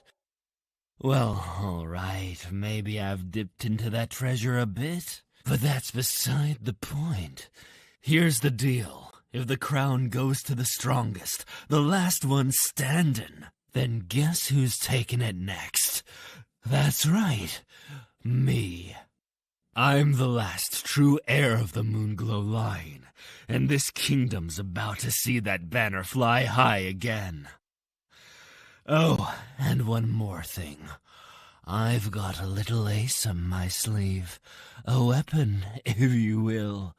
Something that even that cursed Giotto ain't got the guts to overthrow. So go ahead, make your move. But know this, I'm not just taking the crown. I'm demanding it. Exactly 8 generations ago, the Sansa family usurped the throne of the Kingdom of the Light Palace, dethroning Moonglow first, the true king. The Moonglow lineage has dwindled until only the one remains alive, Moonglow VIII. With no throne and no country to rule, he has become the leader of the bandits that ravage Protopolis. For Moonglow, regaining the throne is a forgotten memory of his ancestors, but the influence of his new friend, Hachiska Sansta, has made this bandit want to reclaim the throne that was stolen. With Moonglow's muscles and Hachiska's mind, the two have devised a strategy to do so, which is reflected in his new keyword ability, Ambush. Ambush means, while this card is in your standby area, you may play it as a triggered object, paying its ambush cost if your opponent has drawn a card this turn. While playing this card with its ambush cost, the cost of this card is its ambush cost instead of its printed cost in all zones. Bandit's specialty is guerrilla warfare, attacking without being seen, striking from the shadows, and looting everything they can. Ambush doesn't activate without something to steal from your opponent, so you will need your opponent to have drawn at least one card in order to ambush them. It's also a very special mechanic, as it modifies the card's cost. When a card is played with ambush, its cost becomes the paid cost of ambush, making it harder to interact with. As Hachiska Sansta would say, every ambush must be planned carefully. From the underworld, where betrayal, deceit, and deception are the norm night after night, Moonglow VIII has been recruiting bandits to his cause, unwittingly crossing paths with a certain trio of wanderers who have particularly caught his eye. Although 2 are very young and 1 is too old, they don't seem to be the right ages. With traps set and the mysterious trickster Echo on his side, Moonglow VIII is ready to declare war on Giotto Sansta, and aware that it's all part of Hachiska's plan to seize control her mother's kingdom. Are you ready for the night? Watch your back and protect your pockets from the bandits' long hands.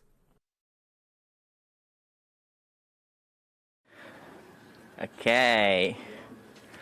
So, what do you think about the new rulers? Cool. Okay. Okay, now I'm switching to Alejandro, and he's gonna do the previews for the cards in the next set. Yeah. Okay. Who is ready for some spoilers? So, this is the light ruler of Trinity 3, Queen Giotto Sansta. Many of you already know what she does, but let me point you to that conqueror. Who do you think is the other conqueror? Okay. So its backside has the explanation of Eclipse, which is the new keyword of this attribute. It's a very cool concept, and it uses some abilities that an especially decided Hill Lapis has. So,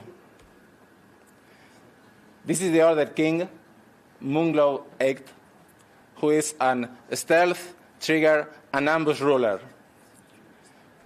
Is like the red version of the Seer of the Blue Moon.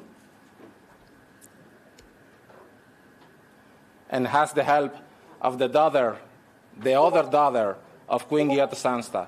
This is the sister of Alex Sansta, who is a ruler from the previous set.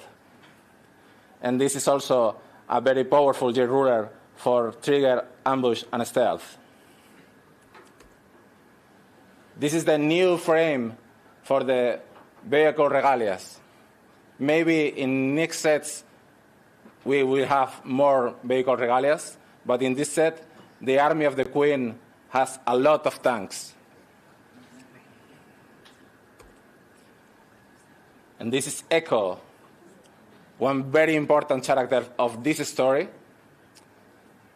Look him in the eyes and the hair. Do you realize something about it?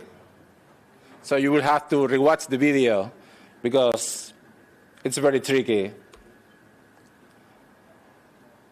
In this story about kings and queens, there are other two kings and queens that are from other countries that Alex Sansta will try to convince to stop the war.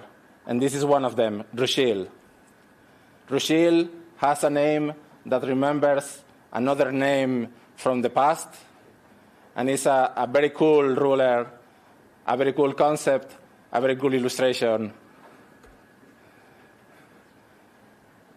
and a very, very cool J-ruler side, okay? It has a new race, which is Sarfolk, and its god art is the first card that mentions the expel, and maybe there are more cards in this set with this ability. This is one of the Sharkfolks. The Sharkfolk live in the underwater city of Muul, which is another reference for something that will appear in the future. And this is the Wind Ruler XA. Do you know which two names are Yggdrasil and Sisei? Because they are from something in the past and in the future. And they are the reincarnation of Yggdrasil, the malefic burden tree.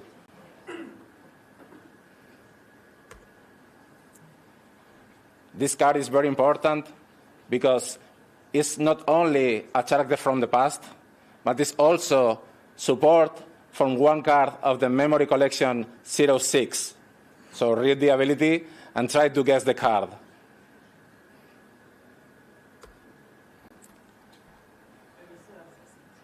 And this character is a very old character in a different body, because when that war happened, they lost, and she died.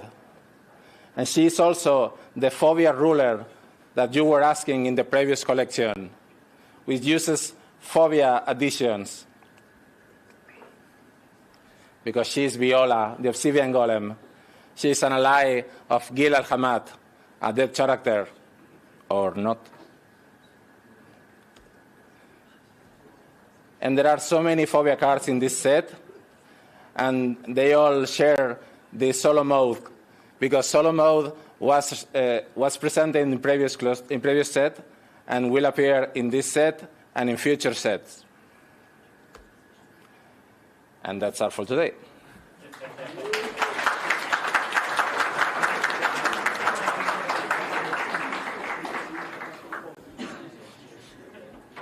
Okay, thanks, Alejandro. So, the new set is coming, and what do you expect next? Yeah, memory collection. So 6 is coming, but not showing. Yeah, there you go.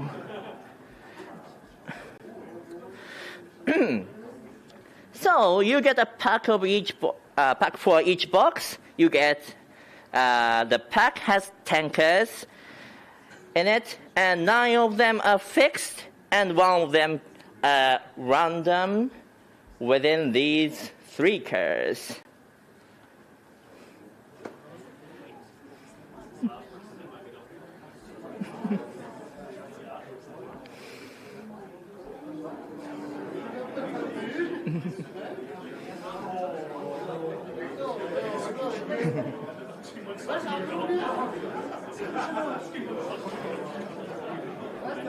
Okay.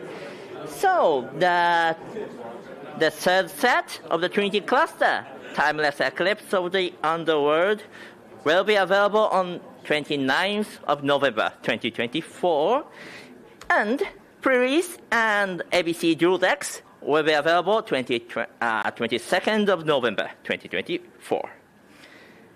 Okay, let's get to the next one. Okay, so the next set after the Timeless Eclipse of the Underworld is going to be Masterpiece 02. What cluster? Boop. Yeah, Masterpiece 02, Fates Reunited. So, what cluster do you think gonna be next? Which cluster? Lapis cluster? Are you really Lapis cluster? Okay, seems some of you got it right. Here's the guys to be featured.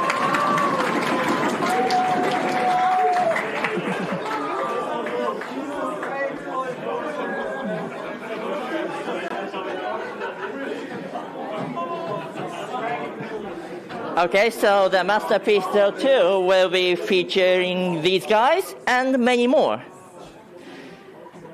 Okay, and Masterpiece 02 will include Memorial Collection 03. Oh, for each box is not that. Sorry about that. But still, it's the biggest one we ever made. Master Collection 3 has 25 kinds of cards, but it's included in the packs of MP02. And here's some of them.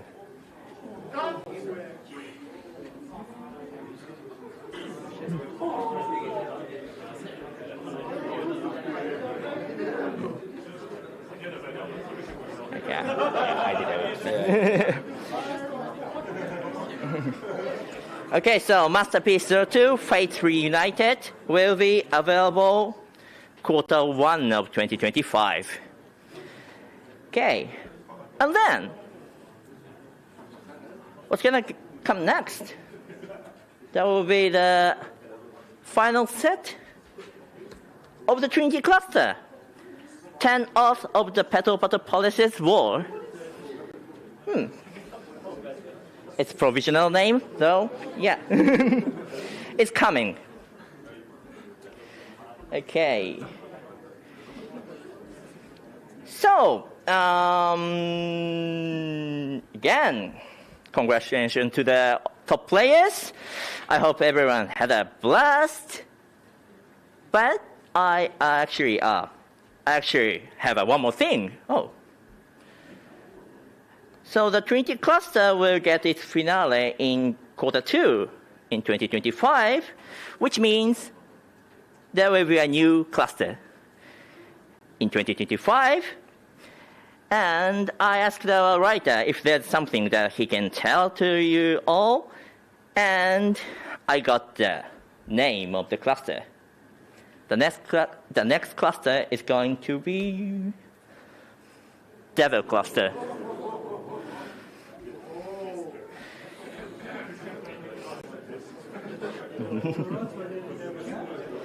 Okay.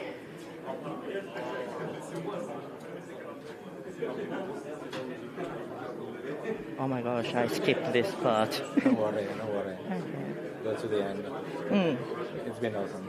Okay. Alright, so are you guys excited for the new cluster? It's coming in the middle of 2025. So stay tuned for any information on this channel, like we're streaming. And yeah, go subscribe if you didn't. Okay, so see you at the... Oh, before that, if you're... we're streaming and we had a commentary from DMO73 and Lance Maverick all the day long. Yeah, let me shout out to them. Big applause.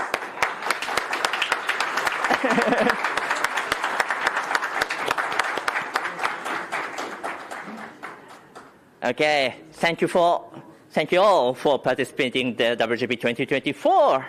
See you at the WGP 2025 next year.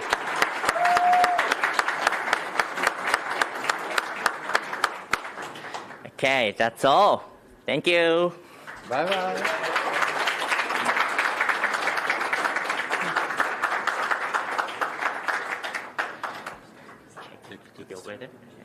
Okay, so now we're going to announce one more thing. Everyone has a number, but before the lottery, we'll give a special prize to the world champion, the world vice champion, and the top 3 player. So please, world champion, worldwide champion, and top 3 player, come here.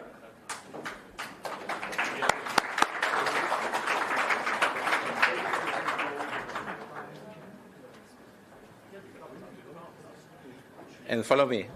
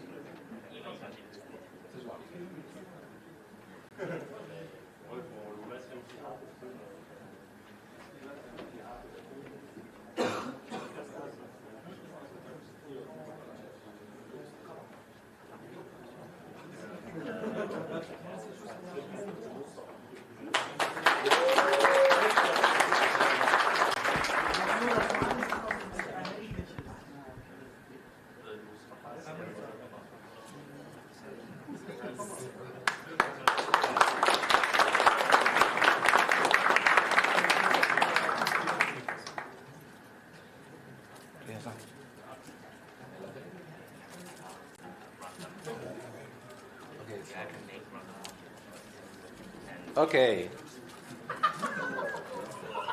Now, the other ones are the prizes for the lottery. Okay?